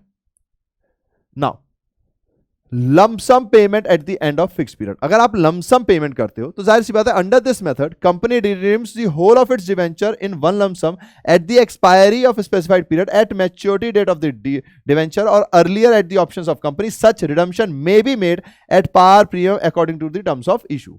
तो रिडम्पशन आप पार और प्रीमियम, डिस्काउंट पे रिडम्पशन नहीं होता, याद रखना भैया जी। ठीक है, चलिए तो इसकी एंट्रीज देख लेते हैं एक एक करके। तो देखिए सबसे पहले journal entry in this method are as follows. सबसे पहला क्या होगा, 31 March of the previous year, 31 March of the previous year on transfer of profits by an unlisted company at the rate 10%। कितने परसेंट है, 10%। सबसे पहला काम है भैया जी, आपको पता चल गया है भैया कितना रिडम्पशन होने वाला है। 31 मार्च को आप सबसे पहले क्या करोगे, जितना भी रिडम्पशन होने वाला है उसका पैसा ट्रांसफर करोगे। तो देखिए या तो सरप्लस करंट ईयर का, ये करंट ईयर वाला है, या तो फिर इकट्ठे किए हुए जो पुराने हैं डिविडेंड इक्वलाइजेशन रिजर्व्स या general reserves to debenture redemption reserve. सबसे पहले तो आप ये करोगे। इसकी मैक्सिमम लिमिट कितनी है, 10%। 10% आपको DRR में ट्रांसफर करना है, किसका, फेस वैल्यू का। फेस वैल्यू मतलब अगर 1000 डिवेंचर 100 ईच के तो 1000 इंटू 100 इंटू 10%। ठीक है, कर ही देता हूं मैं, 1000 debenture eight the rate of 100 each लिखा हुआ है। फिर उसके बाद भले ही 95 में इशू कर दिया या 2 रुपये प्रीमियम या 5 रुपये प्रीमियम ले लो, उससे मतलब नहीं है, फेस वैल्यू ये है। तो हमारा जो 10% निकलेगा वो कैसे निकलेगा, 1000 इंटू 100 इंटू 10 अपॉन 100, तो 100 से 100 कटा यानी कि 10,000, तो ये हमारा अमाउंट होगा। समझ रहे हो, सिंपल है। ओके भैया आगे बढ़ते हैं। तो सबसे पहली एंट्री DRR बनाने की, जिनको DRR बनाना अलाउ नहीं है क्या वो एंट्री करेंगे, नहीं करेंगे, नहीं करेंगे, नहीं करेंगे, क्योंकि DRR बनाना ही नहीं ना बॉस। जब DRR बनाना ही नहीं है तो फिर क्यों करेंगे एंट्री, है ना।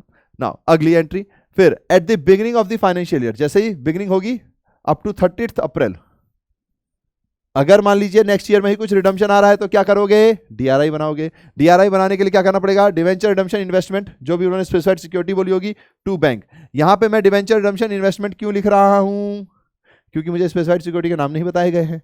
अदरवाइज वो सिक्योरिटी का नाम आएगा टू बैंक।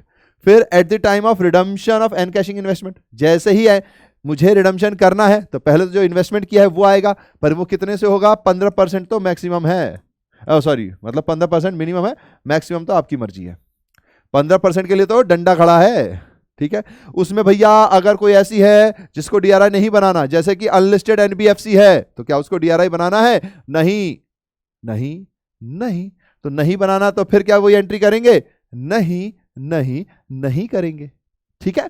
चलिए, now at the time of redemption of encashing investment bank account to debenture redemption investment, फिर जहां भी मैंने इन्वेस्टमेंट किया था मैं उनसे रोक ला लूंगा, जेब में भरूंगा, डिवेंचर रिडम्पशन इन्वेस्टमेंट में यहां से हट जाएगा। तो एक ऐसे डाउन, क्रेडिट, कैश बढ़ेगा, बैंक बैलेंस बढ़ेगा, यही तो अपने का सपना है बॉस, तो उसको डेबिट, ठीक है, एंट्री यही होती है। चलिए आगे बढ़ते हैं। Now on redemption of debenture, अगर डिवेंचर का रिडम्पशन हो रहा होगा तो जाहिर सी बात है वो हमने एंट्री पढ़ी हुई है, debenture account debit to debenture holder, फिर डिवेंचर होल्डर टू बैंक, पैसा दे देंगे अपन इसको। अगर इसमें प्रीमियम का केस होता तो भैया हमें पता होता यहां पर प्रीमियम ऑन रिडम्पशन भी डेबिट हो जाता, ठीक है, इसमें तो कोई दिक्कत नहीं ना, प्रीमियम ऑन रिडम्पशन यहां पर ऐसे डेबिट आता, फिर डिवेंचर होल्डर में दोनों पैसे जुड़कर आते, फिर आप पेमेंट कर देते, ठीक है, डिस्काउंट हो नहीं सकता। Now on transfer of amount DRR to general reserve, अब ये इंपॉर्टेंट पॉइंट है, इसको भी मैं अलग कलर में कर लेता हूं, ग्रीन कलर में कर लेता हूं।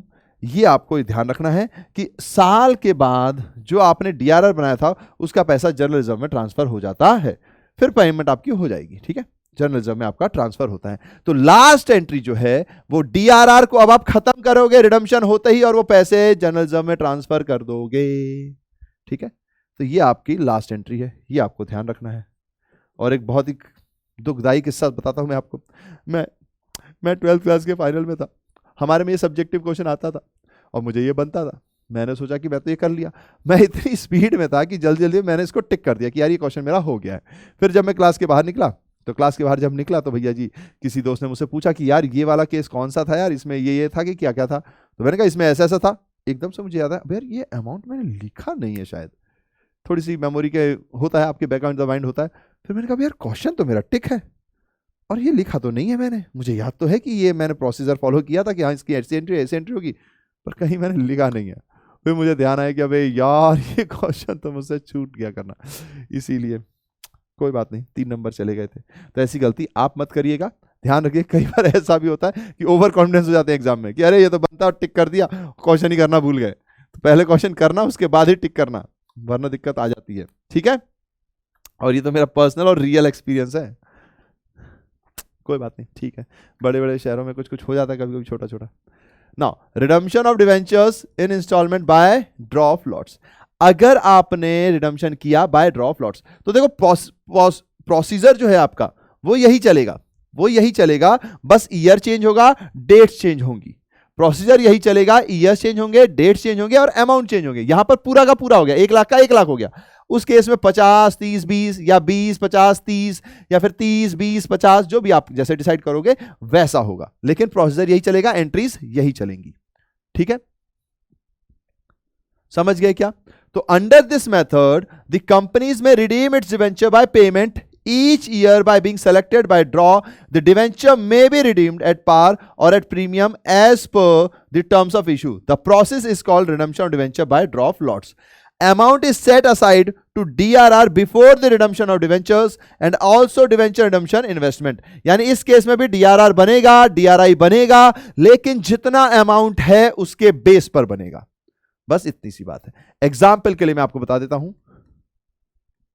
एग्जाम्पल हमारे पास 1 लाख है तो 50,000 हमें, लेट सपोज आज जो ईयर है,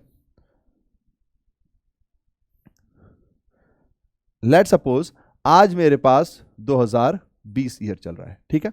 मुझे यह पता है कि 50,000 का रिडम्पशन मुझे 50,000 का रिडम्पशन मुझे 31 मार्च 21 को करना है, 20,000 का रिडम्पशन मुझे 31 मार्च 22 को करना है, 30,000 का रिडम्पशन मुझे 31/3/23 को करना है, ठीक है। तो अगर मैं आपसे बताऊं, अगर मैं आपको बोलूं कि भैया इसमें डीआरआर कितना बनेगा, DRR बताओ, इस दिन पे, इस दिन पे, इस दिन पे, और DRI बताओ। तो क्या आप बता दोगे? बता दोगे? सिंपल है भैया कि DRR बनता है जो भी अमाउंट बच गया है, जो भी अमाउंट बच गया है DRR उस पर बनता है। तो जाहिर सी बात है भैया ये तीनों ही मेरे लिए बचे हुए हैं, क्योंकि 31 मार्च 2021 नहीं आई है, मैं 2020 में हूं, अभी ये डेट नहीं आई है। तो मुझे DRR क्या करना पड़ेगा, इसका टोटल 1 लाख अमाउंट ही है, ये अमाउंट ही एक तरीके का, इस पर सीधा 10% नहीं। सबसे पहला सवाल होगा कि भैया ये कंपनी कौन सी है, लिस्टेड है, अनलिस्टेड है, बैंकिंग है, ऑल इंडिया फाइनेंस कंपनी है, जो है पहले ये बताओ, तब मैं बताऊंगा कि DRR बनेगा कि नहीं, DRI बनेगा कि नहीं। मैंने कहा बैंकिंग कंपनी है, कहोगे भैया कुछ नहीं बनेगा। मैंने कहा ऑल इंडिया फाइनेंस कंपनी है, RBI के थ्रू रजिस्टर्ड है, रेगुलेटेड हो रही है, भैया दोनों में नहीं बनेगा। अच्छा, मैंने कहा अनलिस्टेड कंपनी है, NBFC की, तब तो आप कहोगे भैया DRR नहीं बनेगा, DRI वो भी नहीं बनेगा। मैंने कहा अच्छा, मैंने कहा लिस्टेड कंपनी है NBFC, फिर तो आप कहोगे भैया DRR तो नहीं बनेगा, DRI बनेगा। और ये जो 50,000 है DRI किस पर बनेगा, ये जो 50,000 है इसका 15%। मैं कहूंगा है क्यों, ये वाला क्यों नहीं, क्योंकि भैया DRR का अलग पॉइंट है, वो जो बच गया उन सब पर बनता है, DRI उस पर बनता है जो मैच्योर होने वाला है पिछले ईयर तक। तो यानी कि अगर मैं 20 में हूं तो मुझे 30/4/20 तक DRI बनाना पड़ेगा 15%। लिस्टेड NBFC है, लेकिन किसका, 50,000 का। तो 50,000 का 15% बनाओ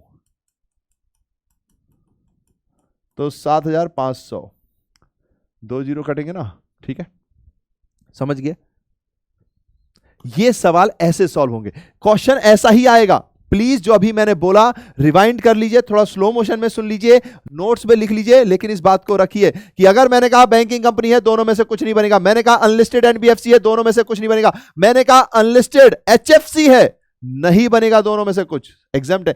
लेकिन जैसे ही मैंने कहा लिस्टेड HFC है, आप कहोगे DRR तो नहीं बनेगा भैया, लेकिन DRI बनेगा। और DRI होता है जो भी आपका मैच्योर होने वाला है नेक्स्ट ईयर में, उसमें 30/4/2020 तक अगर डेट नहीं गिवन है तो, और अगर डेट गिवन है तो फिर वो, और वो हमेशा इससे कम होगी, ज्यादा तो होने का पॉसिबिलिटी नहीं, क्योंकि मैक्सिमम डेट यही है, समझे। अगर मैंने कहा भैया अनलिस्टेड कंपनी है ना, NBFC में कुछ नहीं है, तो भैया दोनों बनेंगे। अब हम सवाल सॉल्व कर रहे हैं ताकि दोनों का हमने समझा दिया, दोनों बनेंगे भैया। तो जब आप डिवेंचर रिडेम्पशन रिजर्व पर हो तो आपको पूरा अमाउंट लेना पड़ेगा, तो 1 लाख का 10% यानी कि 10,000 बनेगा। DRI कितने पे बनेगा, सिर्फ इस पे बनेगा, क्योंकि यही है 31 मार्च 21 तक रिडेम्पशन होने वाला। भैया अगर ये 22, 23, 24 होता तो आप कुछ नहीं है DRI बनता, क्योंकि DRI नेक्स्ट ईयर हो ही नहीं रहा। जब कुछ रिडेम्पशन ही नहीं हो रहा तो मैं इन्वेस्टमेंट कहां से करूंगा। पर DRR बनेगा, हाँ। अगर ये डेट 21 की जगह 22 होती, 23 होता, 24 होता, हम 20 पे होते, तो DRI नहीं बनता, DRR तो बनता ही, DRI नहीं बनता, DRR तो बनता ही है। समझ रहे हो ना, छोटी छोटी मगर मोटी बातें। ये एक अच्छा चैप्टर है, इससे क्वेश्चन यहीं कहीं से आएंगे। मैं तो 100% कहना चाहता हूं, पर पता चला नहीं आया तो आप ट्रोल कर दोगे, ठीक है। 10,000 नाउ 15% अभी निकाला अपन ने 7,500। अब जैसे ही ये ईयर हो गया कंप्लीट, जैसे ही ये लाल रेखा हो गई पूरी, जैसे ही ये लाल रेखा हो गई पूरी, क्या करें अब रख लो थोड़ी सी दूरी, बन गया राइम। नहीं, हमारा काम राइम के साथ साथ पढ़ाना है, मेन काम यही है। चलिए अब आप यहां पर आ गए, तो ये आपका रिडेम्पशन हो गया 31 मार्च 21। अब आपको क्या करना पड़ेगा, जो बचा हुआ है DRR उसका बनाना पड़ेगा। अगर पहले से बनाया हुआ है तो बाकी आप भेज दो। अब कितना % आपका DRR होना चाहिए, तो आपके पास 10% 50,000 का, यानी कि 5,000 का होना चाहिए। यहां DRI कितना होना चाहिए, DRI भैया इस बार सिर्फ इसका रिडेम्पशन हो रहा है, तो इस पर 15%, तो 20,000 का 15% 3,000 रुपया, समझे क्या, 20 का 3,000 रुपया, समझ गए, 15%। अब बारी इसकी है, ये भी हो गया हमारा पूरा।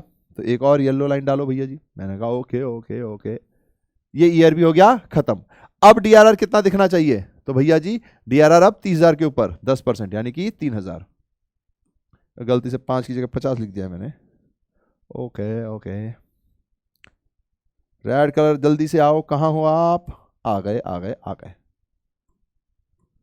तमद रहे हो तमद रहे हो तमद रहे हो, ठीक है। 3,000। अब भैया इसका DRI कितना बनेगा, तो जाहिर सी बात है DRI इसी का बनेगा 30, और ये DRI कब तक बनेगा, 30/4, एक मिनट, ये 20 तक था ना, कहां लिखा है डेट मैंने, हाँ 30/4/20 लिखा, ये 30/4/21 तक था क्योंकि 22 में रिडम्पशन है। ये 30/4/22 तक बनेगा। कितने का बनेगा? तो 30,000 आप रिडीम करने वाले तो 30,000 का, तो 30,000 का टोटल कितना होगा? 4,500। प्लीज याद रखिएगा, ये याद रहा, कहीं कोई दिक्कत नहीं है। अगर ड्रॉ लॉट है तो भैया हर साल एंट्री होगी, इस साल पे वही एंट्रियां, डीआरआर में ट्रांसफर होने की, इन्वेस्टमेंट भेजने की, फिर इन्वेस्टमेंट का पैसा आने की, फिर रिडम्पशन करना की, फिर जनरल रिजर्व से डीआरआर का पैसा जनरल रिजर्व में वापस ट्रांसफर करने की, अमाउंट ये होंगे। ये एक टेबल आपने समझ ली तो खत्म है खेल। इस पे क्वेश्चन बनेगा। कंपनी का नाम याद रखना है, listed, unlisted, banking, finance, AIFI, all India finance investment, ये सारा आपको ध्यान रखना है, ठीक है। एआईएफआई डन है, समझ गए? प्लीज अगर ना समझो तो इस बात को दोबारा समझना। अगर इस चैप्टर से क्वेश्चन आता है तो इन्हीं पॉइंट्स में से आने का सबसे ज्यादा चांसेस हैं। चलिए, तो यहां पर आकर हमारा रिडम्पशन डिवेंचर थ्योरी एस्पेक्ट से होता है खत्म। लेकिन पॉइंट आता है एक और, जो मैंने कन्वर्जन का बोला, तो कन्वर्जन बहुत सिंपल है, ज्यादा कुछ भी नहीं है। कन्वर्जन कह लीजिए, तो कन्वर्जन का मतलब क्या हुआ कि आप अपने डिवेंचर्स को बदल के शेयर्स में ला रहे हैं। तो डिवेंचर एक लायबिलिटी है, हट रही है। लेट सपोज आपके पास 8% के डिवेंचर्स थे, तो ये आपके कहां दिख रहे होंगे? आप खुद बताओ, ये लायबिलिटी साइड दिख रहे होंगे, है ना। अब इस लायबिलिटी को आप हटा रहे हो, तो लायबिलिटी हटेगी तो कहां जाएगी बताइए?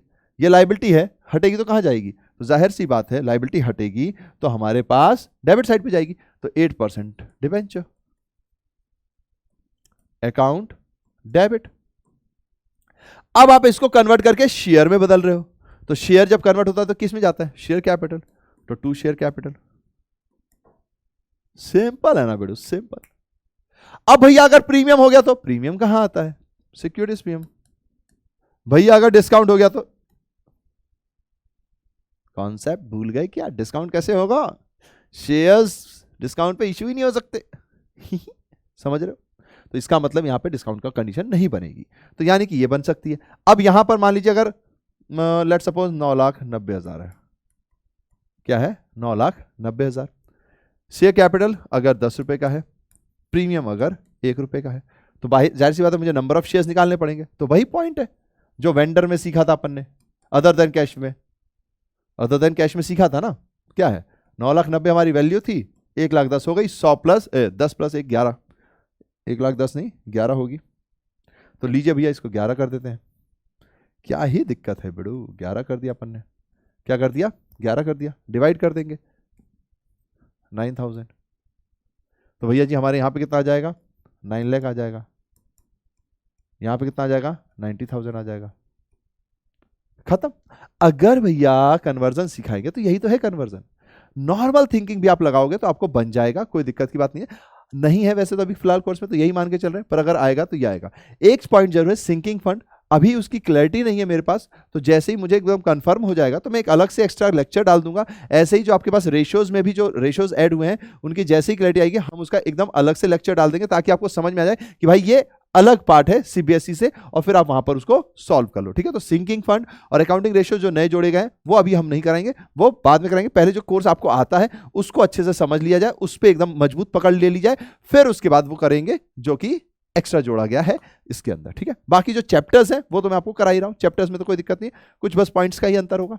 ओके, होप्स हो कि आप समझ गए होंगे। चलिए, तो यहां पर आकर हमारी ये थ्योरी वाले पार्ट भी खत्म होता है। अगर मान लीजिए ओन डिवेंचर की भी बात कर ली जाए, क्योंकि ओन डिवेंचर में कैंसिलेशन में प्रॉफिट और लॉस भी होता है, इसलिए अब मैं आपको सिर्फ नॉर्मल सी बात समझाता हूं। आपने अपने डिवेंचर ले लिए, तो जो भी डिवेंचर लिया आपने वो 8% डिवेंचर के नाम से आ जाएगा। 8% डिवेंचर आपका हट गया, जाहिर सी बात है वो डेबिट चला जाएगा। अब आपने डिवेंचर खरीदे तो 8% डिवेंचर खरीद के अपने ही हो गए, तो क्या नाम दें उसको? तो इसलिए यहां पे नाम दे देते हैं to own 8% debenture. Own 8% debenture, ये ओन वर्ड लगा देने का मतलब होता है कि भैया जी हमारे ही डिवेंचर थे जो हमने मार्केट से खरीदा। अब इसमें कई बार फायदा नुकसान का कंडीशन बनता है, तो अभी आप नॉर्मल से ये समझ लीजिए। वैसे भी आपको पता है अगर फायदा हो रहा होता तो यहां आता, नुकसान होता तो वहां जा रहा होता है, क्योंकि आप प्राइस कितनी ले रहे हो उस पर डिपेंड करता है। आप ओन डिवेंचर कम में भी ले सकते हो, ज्यादा में भी ले सकते हो, ठीक है। पर ये अभी अपने कोर्स में नहीं है, तो ये सारी बातें मैंने आपको बता दी। अब थ्योरी पार्ट आपके पास है, जहां पे स्ट्रेस देना था वो भी दे दिया गया है, तो प्लीज थ्योरी पार्ट को स्ट्रॉन्ग कर लिया तो फिर हम अब क्वेश्चंस पे जा रहे हैं। नहीं किया है तो प्लीज वीडियो पॉज कीजिए, दोबारा एक बार देखिए, या 15 मिनट का आराम ले लीजिए, वीडियो पॉज कर लीजिए। यूट्यूब आपके पास है, आपके घर पे है, कहीं कोई दिक्कत नहीं है। ऐप में भी अगर आप देख रहे होंगे तो भी वो फ्री है, तो कहीं कोई दिक्कत नहीं है। पॉज कीजिए, आराम से घूमिए फिरिए, थोड़े से नोट्स बना लीजिए, नोट्स तैयार हो जाए तो फिर क्वेश्चन पे आ जाइए। ठीक है, अब मैं तो पूरी बनाऊंगा, तो अब मैं क्वेश्चन आगे लेकर जा रहा हूं। तो उम्मीद है कि आप सब तैयार होंगे ताकि सारे के सारे सही दे। जो भी आप गलती कर रहे हैं बताइए, कहां गलती हो रही है बताइए, या उसे लिख लीजिए, बताइए नहीं क्योंकि टाइप करने में टाइम लग जाता है, तो कोई बात नहीं, आप उसे लिख लीजिए, याद रखिए। लेकिन कितने मार्क्स आ रहे हैं वो भी तो हमें समझाइए, ताकि हमें भी पता चलता जाए कि बच्चे कहां कहां पे जा रहे हैं। और जो क्वेश्चन गलत हो रहा है वो भी बता दोगे तो ये हमारे लिए फीडबैक की तरह होता है, हमारे लिए एक तरीके का डाटाबेस होता है कि हमें ये समझ में आ जाएगा अच्छा बच्चे ने ये क्वेश्चन गलत किया था तो इसकी क्या वजह रही होगी। तो जब मैं नेक्स्ट ईयर, क्योंकि हम सिर्फ अपना भला थोड़ी चाहते हैं, हम चाहते हैं आने वाली जनरेशन भी भला करे, इसलिए तो मैं आपसे कहता हूं प्लांट से जुड़िए, हवाओं को जितना हो सके उतना अच्छा रखने की कोशिश कीजिए, पॉल्यूशन जितना कम हो सके उतना कोशिश कीजिए, क्योंकि 100% तो खत्म नहीं हो सकती कोई चीज, कोशिश कीजिए, क्योंकि आने वाली जनरेशन हमारी वो भी तो इंपॉर्टेंट है ना। हम सब चाहते हैं कि आने वाली जनरेशन भी मुस्कुराए, जब बच्चे को देखते हैं तो मुस्कुराने का मौका मिलता है ना। तो बस यही उद्देश्य है इस चीज का कि आप जब क्वेश्चन बताएंगे कि इस क्वेश्चन में गलती हुई तो हमारे पास एक डाटाबेस बन जाएगा कि यार इस क्वेश्चन में बच्चों को प्रॉब्लम आती है, कई लोगों को प्रॉब्लम आई है, तो जब हम नेक्स्ट टाइम उसको समझाएंगे तो उस प्रॉब्लम को टैकल कर पाएंगे। तो एक कमेंट के पीछे बहुत सारे उद्देश्य होते हैं और उससे बहुत सारे मकसद पूरे होते हैं। तो मुझे उम्मीद है कि आप मुझे बताते रहोगे, बहुत सारा प्यार आपका मिलता रहता है, उसके लिए शुक्रिया। अब स्टार्ट करते हैं question and question, let's go कॉमियंस। तो सबसे पहला तड़कता भड़कता सवाल, debentures can be redeemed out of, बहुत ही सिंपल है, ये चैप्टर ही हल हुआ है। अगर आपको थ्योरी समझ में आ गई, अनलिस्टेड लिस्टेड का जो कंफ्यूजन है वो आपके माइंड में क्लियर हो गया, तो सब कुछ हल हुआ है, हल हुआ है, हल हुआ है। तो भैया जी, debentures can be redeemed out of profit, बता दो, बता दो, out of profit, capital and profit and capital. तो यानी कि हमारे पास ऑप्शंस हैं 1 2 3, ऑल ऑफ दीज, है ना। आप कैपिटल प्रॉफिट, अब कोई लोग कह सकते हैं भैया आपने तो बताया था प्रॉफिट कैपिटल और out of profit out of capital, तो भैया by converting them into shares to new debentures, converting them into shares और न्यू डिवेंचर्स भी तो एक तरीके का क्या है, रिडम्पशन ही तो है। मैंने एक डिवेंचर लिए, उसकी जगह नया डिवेंचर दे दिए, तो फिर वो वाले तो हट गए ना, अब नई पीरियड चलेगी, या फिर मैंने उनको कन्वर्ट कर दिया तो वो भी तो इसी का हिस्सा है, कैपिटल ही तो बन गया एक तरीके का। ठीक है, तो ये हमारे पास ऑल ऑफ दीज इसका करेक्ट आंसर है। चलिए आगे बढ़ते हैं, अगला question, as per SEBI guidelines in case of unlisted company, ध्यान से देखिएगा सिर्फ अनलिस्टेड बोला है, an amount equal to the debentures outstanding must be transfer to DRR before the redemption begins. अब अनलिस्टेड कंपनी में ये नहीं बोला एनबीएफसी या एचएफसी, तो आप मानोगे कि एनबीएफसी एचएफसी नहीं है, जब तक वो बोलेगा नहीं एनबीएफसी या एचएफसी तब तक वो बात माइंड में आएगी नहीं। अगर वो यहां बोल देते तो हम कहते DRR बनेगा ही नहीं दादा, लेकिन उसने ये नहीं बोला, अनलिस्टेड कंपनी बोला है, तो हम खुद से नहीं सोचेंगे अच्छा एनबीएफसी एचएफसी वाला बोल रहा है क्या, नहीं, उसके लिए वो केस सर्टिफाई करेगा, क्वेश्चन में बताएगा अनलिस्टेड एनबीएफसी अनलिस्टेड एचएफसी, तब हम समझेंगे। ठीक है, अदरवाइज ये है। अच्छा, अब यहां ये पॉइंट जरूर आप उठा सकते हो कि भैया ये कैसे पता चलेगा कि अनलिस्टेड एनबीएफसी जो है वो आरबीआई के थ्रू है ही, या अनलिस्टेड एचएफसी जो है वो हमारी नेशनल हाउसिंग बैंक के थ्रू है ही। तो वहां पर आप ये मानोगे कि अगर अनलिस्टेड की बात कर रहा है और फिर वो एनएचएफसी बता रहा है तो आप जाहिर सी बात है कि वो आरबीआई से कनेक्टेड ही होगा। अदरवाइज आपके लिए अगर सिर्फ अनलिस्टेड बोला है तो आप एनबीएफसी एचएफसी नहीं सोचोगे, आप सोचोगे अनलिस्टेड है कोई नॉर्मल है, और नॉर्मल में कितना परसेंट है 10, बस 10, और बस टिक करो और आगे बढ़ो। ठीक है, सिंपल है। चलिए आगे बढ़ते हैं, 10% है। Own debentures are those debentures of the company which the company allots to its promoter, the company allots its to directors, the company purchase from the market and hold them as investment, यानी कि ये इनके खुद का होता है। तो ये लीजिए भैया जी, खुद का हो गया। ठीक है, डन है, ओके भैया जी, आगे बढ़ते हैं। अब guitar limited decided to redeem 10,000 11% debentures of 100 each at a premium of 10%, at a premium of 10%। ठीक है भैया जी, हमने 10% पे इसको रख लिया है। Now the minimum amount transfer to debenture, एक मिनट है, एक पॉइंट आ रहा है, हाँ ये वाला पॉइंट है, जब हम खरीदते हैं तो ओन डिवेंचर टू 8% बैंक, तो ये हमारे लिए क्रेडिट साइड पर आएगा, तो ये हमारे लिए नई लायबिलिटी हो जाएगी ना, हाँ वही तो। ठीक है, ठीक है, मैंने कहा कि यार इन्वेस्टमेंट में क्रिएट कर रहे हैं तो हम ये मान के चलते हैं कि ओन डिवेंचर हमने खरीदे हैं, तो हमने जब खरीदे हैं तो कहीं ना कहीं हमारी एक लायबिलिटी बनेगी, तो एक लायबिलिटी हट के ओन डिवेंचर हमारे हो जाएंगे तो हमारे पास ही आएगा, तो वो ठीक है। मुझे लगा कि पता नहीं कहाँ चला गया। ठीक है, चलिए अगला question. Guitar limited decided to redeem its 10,000 11% debenture of 100 each at a premium of 10%। ध्यान से समझिएगा, गिटार लिमिटेड है। गिटार आप में से पता नहीं किस किस को बजाना आता है, मेरे पास रखा है, मुझे सीखना है पर मैं बजा नहीं पा रहा हूँ, सीख नहीं पा रहा मतलब।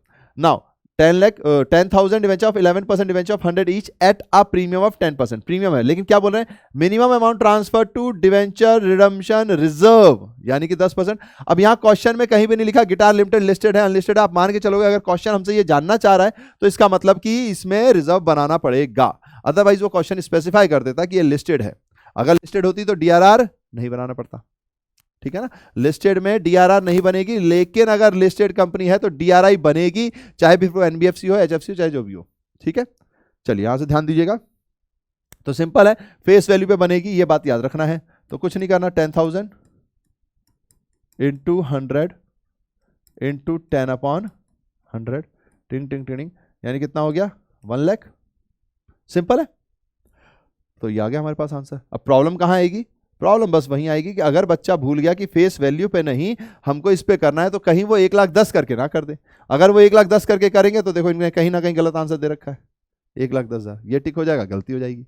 याद रखिएगा फेस वैल्यू के ऊपर है, ठीक है। चलिए अगला question, where the debenture redemption reserve transferred after the redemption of all debentures. After the redemption यानी रिडम्पशन के बाद, एंट्री याद कीजिए, सबसे पहले जनरल रिजर्व डिविडेंड इक्वलाइजेशन या करंट ईयर्स के प्रॉफिट में से डीआरआर में जा रहा था, फिर डीआरआर डिवेंचर होल्डर को ड्यू हो रहा था, फिर डिवेंचर होल्डर को पे हो रहा था, बीच में इन्वेस्टमेंट का भी केस था, यहाँ डीआरआर का, इसलिए इन्वेस्टमेंट की एंट्री मैंने छोड़ दी।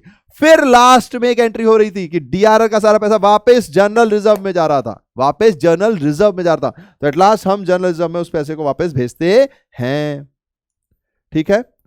चैप्टर बहुत ईजी है, प्लीज इससे 2 क्वेश्चन भी आए तो आपको बनने चाहिए। अगला question, a company issuing debentures with a maturity period of not more than dash need not create DRR, यानी कि भैया जी अगर मैच्योरिटी पीरियड उससे ज्यादा नहीं है तो उन्हें डीआरआर बनाने की जरूरत नहीं है। वो कौन सा था, एक मैंने बताया था कि पुराने वक्त में ये चलता था, क्वेश्चन भी उससे आते थे। अब की बार में ऐसा कहीं स्पेसिफिकली नहीं लिखा हुआ था, लेकिन पुराने सवाल में ऐसा है, तो मैंने आपको बताया कितने महीने, याद आ गया, उम्मीद है आपने बोल दिया होगा, 18 मंथ्स, ठीक है, ठीक है, ठीक है। तो अगर 18 मंथ से पहले आपका रिडम्पशन हो रहा है या 18 मंथ के अंदर न हो रहा है तो आपको डीआर बनाने की जरूरत नहीं है। चलो भैया जी आगे बढ़ते हैं। नाउ मैच दी फॉलोइंग, भैया इसको मैच कराओ, मैंने कहा okay. An unlisted company took over the assets, 11 lakh की एसेट्स ले ली इन्होंने, लाइबिलिटीज ले ली 1,10,000 की, तो भैया 11 लाख माइनस 1,10,000, 9,90,000 आ गया, ठीक है, 9,90,000 आ गया हमारा। अब वो क्या कह रहे हैं, payable by issue 9% debenture of 100 each at a 10% discount, repayable at 5% premium. तो रीपेबल पे ध्यान नहीं देना भैया जी, हमको तो इशू पे ध्यान देना है, तो भैया 10% डिस्काउंट पे है, तो अगर नहीं कि 9,90,000 डिवाइडेड बाय 90 है ना, 10% डिस्काउंट, 100 में से 10 यानी 90, 100 माइनस 10 है ना, मैंने डायरेक्ट 90 लिख दिया है, तो इससे ये कटा, तो भैया जी अपने पास आ गया 1130, 11,000, ठीक है। अब क्वेश्चन हमसे क्या कह रहा है, and what amount will be transfer to DRI. Question ने हमसे डीआरआई मांगा है, ध्यान से समझिएगा, क्वेश्चन ने हमसे डीआरआई मांगा है। अब क्वेश्चन ने हमको अनलिस्टेड कंपनी लिखा हुआ है, तो भैया इस पे डीआरआई बनेगा क्या, डीआरआई बनेगा, अनलिस्टेड है, एनबीएफसी एचएफसी का हमें कुछ बताया हुआ नहीं है, तो हम मानेंगे कि अनलिस्टेड, नॉर्मल अनलिस्टेड है, तो इसका मतलब कि डीआरआई बनेगा। प्लीज ध्यान दीजिएगा, जैसे ही डीआरआई या डीआरआर कुछ भी बनाना है तो पहले कंपनी का नाम, वो पॉइंट 6 और 3 तो ये याद रखने अपने को, ठीक है। तो 1,11,000 इंटू 15%, तो 15/100 इंटू 100 रुपए पर शेयर है, पर डिवेंचर है, तो 100 कटाइए, तो 11 5 15 65, तो 1,65,000, ठीक है।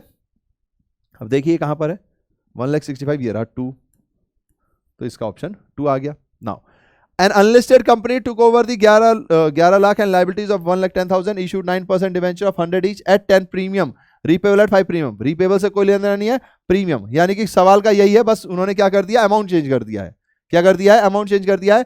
अब डिस्काउंट की जगह प्रीमियम पे दे रहे हैं, तो बाकी तो 9,90,000 तो हम निकाल ही चुके हैं, यहां तक तो सब सेम है ना, 11 लाख माइनस 1,10,000, 9,90,000 डिवाइडेड बाय, अब 90 की जगह 110 से डिवाइड हो जाएगा, 110 से डिवाइड होगा तो ये कितना आ जाएगा, 9000 आ जाएगा। अब 9000 को क्या करेंगे 15%, तो 9000 इंटू 15/100 इंटू 100, तो 100 से 100 कट गया, 15 से 9, 9 15 35, तो 135 हो गया, तो 1,35,000 हमारा आंसर हो गया। बस यूं निकाल लेंगे अपन, बस यही क्वेश्चन आएंगे और कुछ नहीं आएगा। तो 2 और 3, तो 2 और 3 कहाँ है बॉस, ये रहा 2 and 3, तो this one is the right answer. Simple है ना बॉस, ठीक है, उम्मीद है कि आप यही कह रहे होगे। तो 2 and 3 हमारा आंसर है, ठीक है। चलिए आगे बढ़ते हैं, अगला क्वेश्चन आ गया हमारे पास। क्या कह रहा है अगला question, Z limited an unlisted company, ये भी अनलिस्टेड है, होगा सब कुछ होगा क्योंकि एनबीएफसी एचएफसी कुछ बताया नहीं है। Wants to redeem 5,000 5% debenture of 100 each, 5,000 है, हमने कहा ओके, एट 5% प्रीमियम, हमने कहा ओके, रिडीमशन है अभी।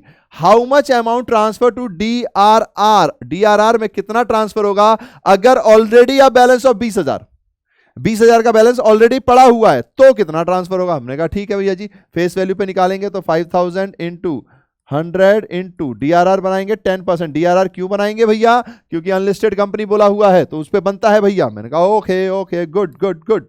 तो भैया जी टोटल 50,000 आ रहा है, लेकिन ये हमसे कह रहे हैं कि भैया जी 20,000 तो ऑलरेडी है। तो मैंने कहा अच्छा जी 20,000 ऑलरेडी है तो फिर दोबारा क्यों बनाए, माइनस 20,000। हमको डीआरआर का बैलेंस 10% रखना है, 10% अलग से डिपॉजिट करना है, ये नहीं डीआरआर का बैलेंस 10% होना चाहिए। 20,000 ऑलरेडी है, दैट मीन्स कि अब सिर्फ 30,000 की जरूरत है। थोड़ा है थोड़े की जरूरत है, कितने थोड़े की, 30,000 थोड़े की। तो देखिए इसका आंसर क्या हो जाएगा हमारे पास, 30,000। थोड़ा है थोड़े की जरूरत है, ठीक है। चलिए तो फिर आगे बढ़ते हैं। 29 विश्राम लिमिटेड इशूड, हाँ अब आप विश्राम हो सकते हो नहीं सावधान रहना है, क्वेश्चन कर रहे हैं हम तो Vishram limited 5,000 of 9% debenture of 100 each at par, redeemable after 5 years at a premium of 10%। Redeemable हो रहा है 5 साल बाद, प्रीमियम है 10%। हमने कहा okay, the minimum amount invested in debenture redemption investment will be, minimum amount क्या होगा। तो ये तो सिंपल ही हो गया भैया जी, कुछ नहीं है, 5,000 100 ईच है तो 5,000 इंटू 100 इंटू DRI बनाना है, विश्राम लिमिटेड है, हमें कुछ एक्स्ट्रा बात बताई हुई नहीं है। तो यही बात है कि भैया ये हम मान के चलेंगे कि ये ऐसी होगी जिसमें DRI बनता होगा, तो इंटू 15%, तो 15/100। ध्यान क्या रखना है, ये प्रीमियम वाले वर्ड्स को नहीं लेना, हमेशा फेस वैल्यू को लेना है। इतना ही इजी क्वेश्चन है, इसमें ज्यादा क्वेश्चन बन नहीं पाए हैं क्योंकि अभी एग्जाम्स में बने नहीं हैं।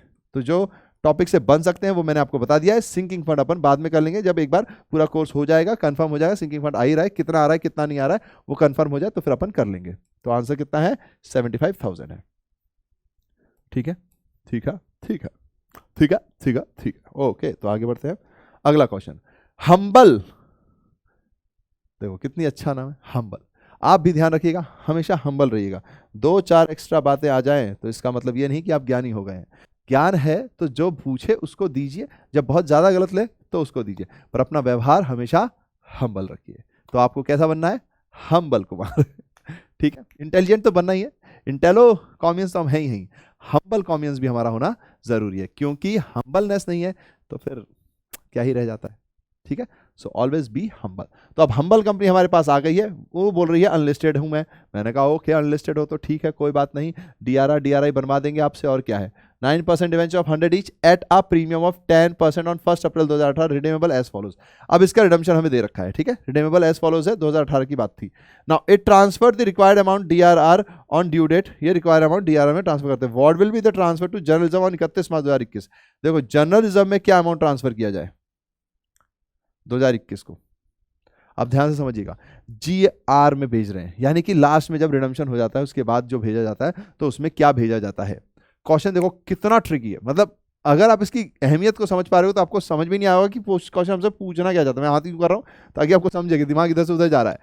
पॉइंट ये है कि भैया जी अगर 31 मार्च 2021 की बात कर रहे हैं तो वो पूछ रहे हैं कि भैया ये रिडम्पशन हुआ था, आप मुझे बताओ कि भैया कितना जाएगा, किस में, जर्नलिज्म में। दिमाग की बत्ती दौड़ाओ, अगर इसका रिडम्पशन हुआ है 31 मार्च तक, कोई इसी का रिडम्पशन हुआ होगा, आखिरी एंट्री क्या होती है, DRR जो बनाया था उसको जर्नलिज्म में वापस ट्रांसफर करो। क्वेश्चन कह रहा है वही पता करो, तो आप कितना ट्रांसफर करते हो, मैंने भी बताया था, जितना रिडम्पशन होने वाला होता है या पूरा पूरा, लेकिन जो ये पार्ट है इसमें हम इसके हिसाब से लेकर जाते हैं।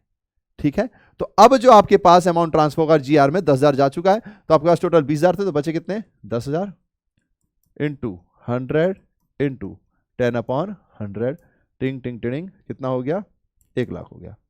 ये तो भैया सिंपल हो गया, जी हाँ।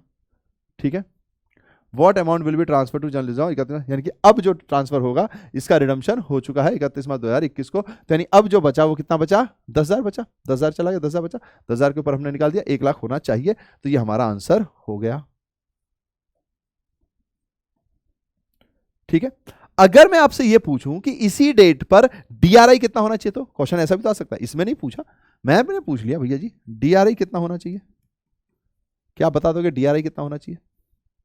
डीआरआई की डेट क्या होनी चाहिए ये तो हमें पता है ना, 30/4/21, लेकिन डीआरआई होना कितना चाहिए, जरा आप सोचिए, निकालिए, अमाउंट आपके सामने है।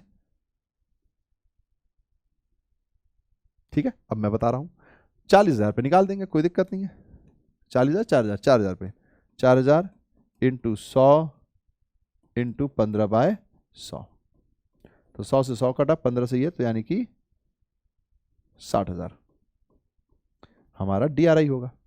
अगर वो पूछे कि भैया 22 के बाद कितना होगा, तो बचा कितना है 10 और 4 14 चला गया 6,000 इंटू 15 यानी 90,000। ठीक है, 90,000 हो जाएगा डीआरआई। इसके बाद हमारे पास डीआरआर कितना रह जाएगा, तो डीआरआर 60,000 रह जाएगा। समझ रहे हो ना, ये पॉइंट हमने एक एग्जांपल के थ्रू समझा था, एक बार ये चीज समझ गया तो इससे ज्यादा क्वेश्चन आने का चांस लगता नहीं है, सिंकिंग फंड का एक बार क्लैरिटी आ जाए तो। चलिए अब आज का आखिरी सवाल यहीं पे घूमेगा, ज्यादा बड़ा टॉपिक नहीं है, बहुत ही छोटा है, बट प्लीज समझने की कोशिश कीजिएगा छोटे छोटे पॉइंट्स पे, क्योंकि वही यहां से आने के चांसेस होते हैं। नाउ मैच द फॉलोइंग, ये हमसे कह रहे हैं कि भैया एक अनलिस्टेड कंपनी है, issued 30,000 8% debenture of 100 each and other 1/3 of the above debenture are due for redemption, what amount will be transfer to DRR, क्या अमाउंट ट्रांसफर होगा। अब देखिए ध्यान से, ये कह रहे हैं कि भैया 30,000 है, हमने कहा ओके अनलिस्टेड कंपनी है यानी डीआरआर तो बनेगा, ये तो बिल्कुल ठीक है क्योंकि और कुछ बताया हुआ नहीं है ना। अब पॉइंट ये आता है कि भैया जी इसमें 30,000 है, ये कह रहे हैं कि and 1/3 of the above debenture are due for redemption, are due for redemption, due यानी कि हुए नहीं है दादा, होंगे, तो डीआरआर कितना मेंटेन होगा, पूरा का पूरा, यानी कि भैया 30,000 पे मेंटेन करो, 30,000 इंटू 100 इंटू 10/100, 10/100 से कटा तो 10 से ये करेंगे तो 3 लाख। अगर वो कह देता कि भैया 1/3 हो चुके हैं रिडम्पशन, अगर क्वेश्चन कहता 1/3 हो चुके हैं, तो फिर 1/3 यानी कि 10,000 हो चुके हैं, तो आपके पास 20,000 बचता, तो 20,000 का 100 इंटू 10/100 होता, क्योंकि जो बच गया उसी के ऊपर तो होता, लेकिन इसने ये नहीं कहा, उसने कहा कि 1/3 रह गए हैं, होने वाले हैं, तो होने वाले हैं तो तब तक तो डीआरआर उतना ही मेंटेन होगा, जब हो जाएंगे उसके बाद डीआरआर की वैल्यू चेंज होगी। समझे मेरी बात, क्वेश्चन ने देखो एक वर्ड ड्यू, इस एक वर्ड से आपको समझ में आया कि अच्छा ड्यू है मतलब कि अभी हुए नहीं है, तो आपके पास 30,000 का ही डिवेंचर अभी बैलेंस में है, तो उसी के बेसिस पे डीआरआर होगा, जैसे ही ये ड्यू नहीं रिडीम्ड हो जाते तो फिर 20,000 से सवाल चलता। अगला पॉइंट क्या है, तो अच्छा इसका आंसर कहां पर आ रहा है, डी हमारे पास आंसर है, तो ये आ गया हमारे पास डी आंसर। ठीक है, डी यानी कि अगर ऑप्शन के हिसाब से देखा जाए तो 4th है। ठीक है, 4th है। Now, enlisted company issued 3 lakh 8% debenture of 100 each and all of the above debentures are due for redemption. भैया इस बार सारे के सारे ही ड्यू पे है, पर भैया हैं किस पर, ड्यू पर हैं, हुए नहीं हैं, होने वाले हैं, तो जब तक हो नहीं जाते तब तक डीआरआर फेस वैल्यू पर ही रहेगी। फेस वैल्यू 30,000 का हमने निकाल दिया 3 लाख, यानी इसका भी आंसर कितना आएगा 3 लाख। अगर कह देते पेड तो फिर डीआरआर की जरूरत ही नहीं होती, क्योंकि सारे पे हो गए, समझ रहे, तो फिर 0 नील बटे सन्नाटा, तो यानी कि 4। यानी कि भैया क्वेश्चन ऐसा भी आ सकता है जिसमें दोनों ही ऑप्शन सेम हो, बिल्कुल हो सकता है, मैच दी फॉलोइंग बॉस, कुछ भी आ सकता है, तो 4 कहां आ रहा है, डी में आ रहा है, यानी this one is the right answer. टिंग टिंग टिंग टिंग टिंग टिंग टिंग टिंग टिंग। ठीक है, लगभग सारे आंसर मैंने टिक तो कर दिए हैं ना, जी हाँ सारे टिक कर दिए हैं मुझे लग रहा है। ठीक है, प्रेजेंटर हाथ में ना होना तो ये प्रॉब्लम आती है पर चलो कोई बात नहीं, कर लेंगे, सह लेंगे, थोड़ा कुछ दिनों में आ जाएगा। चलिए, तो फिर हमारे पास सारा काम हमारा खत्म, पैसा हजम। मुझे उम्मीद है कि शो आपको पसंद आया होगा, कुछ चीजें आपने सीखी होंगी। चैप्टर नया है, अगर आपको मान लीजिए इसकी एंट्रीज प्रॉपर सीखनी है तो वन शॉट है कॉमर्स वाला चैनल पे, आप वहां देख लोगे, वहां बनाया हुआ है। कोई चीज समझ नहीं आएगी तो आप कमेंट में भी लिख सकते हो, कोई इशू नहीं होता है। बस एक छोटा सा पॉइंट है कि उसमें कुछ कमेंट्स ऐसे हैं जिसमें होता है ना कि अदर टीचर्स के साथ का भी टॉक है, तो मैं आपसे गुजारिश करूंगा, बीइंग जैसा हमारा मोटो है हैव स्माइल स्प्रेड स्माइल, तो उसके तहत आप उस पॉइंट में इंडल्ज मत होइएगा। आपको अपना फ्यूचर बनाना है, बहसबाजी में दुनिया यही रह जाती है, जो इससे ऊपर उठते हैं वही ऊपर आते हैं। ठीक है, तो उन सब कमेंट्स को आप इग्नोर कर सकते हो, और चाहो तो फिर वहां पे आप जो भी कमेंट लिखोगे उसके हिसाब से मैं आंसर आपको दे ही दूंगा। ठीक है, अगर वो लॉजिकली कोई क्वेश्चन होगा तो। बाकी फालतू बातों का आंसर तो फिर क्यों ही देना, समझदार लोग यही करते हैं। चलिए तो फिर अब बाकी जो हमें कहना है, आखिरी में आप सभी से क्या कहना है, thank you for being with us, thank you for loving us so much, so sweet of you. आप सबके रिप्लाईज मिलते हैं, अच्छा लगता है। जो भी मार्क्स आ रहे हैं प्लीज आप बताइए, किस क्वेश्चन में आ रहे हैं वो भी बताइए, क्योंकि हम उससे डाटाबेस मैनेज करेंगे, और फिर मेरे लिए नेक्स्ट ईयर में ये आसानी आ जाएगी कि मुझे पता चल जाएगा कि इस क्वेश्चन में बच्चों को डाउट होता है तो उसको थोड़ा और बताया जा सकता है। तो जाहिर सी बात है, हम एक अच्छी दुनिया बना रहे हैं, इसमें मेरे साथ आपकी भी जरूरत पड़ेगी। और मैंने हमेशा कहा है कि आप जज्बा लाइए, मेहनत लाइए, थोड़ी सी लगन लाइए, हम लाएंगे उसके अंदर समझदारी, हम लाएंगे उसके अंदर शिक्षा, हम लाएंगे उसके अंदर अपने ओर से कमिटमेंट। तो फिर हम जब दोनों मिल जाएंगे तो नदियां तो क्या, समुंदर तक पार करके दिखाएंगे, है ना, और वो भी हंसते हंसते, क्योंकि हमारा मोटो है have smiles spread smiles, because this is the biggest gift you can give to anybody. आप देखो तो सही, धूप में कोई चिल्लल कर रहा है, उसको एक गिलास पानी पिला के देखो, उसके चेहरे पे मुस्कुराहट देखो, या उसके साथ थोड़ा सा बात करके देखो, हंसा कर देखो। हंसते हुए लोग सबसे प्यारे लगते हैं। यकीन ना हो तो अपने पेरेंट्स का शक्ल देखो, या फिर आप अपने पेरेंट्स के सामने हंसते हुए देखो और पूछो कि मम्मी मैं हंसता हूं कैसा लगता हूं, वो खुद ही आपको बता देंगे। मजाक में जरूर कह सकते हैं कि बंदर लगता है या बंदरिया लगती है, लेकिन सच यही है कि अच्छे लगते हैं। तो हमें बस इसी चीज को और फैलाना है। इसी थॉट के साथ at last tata bye bye.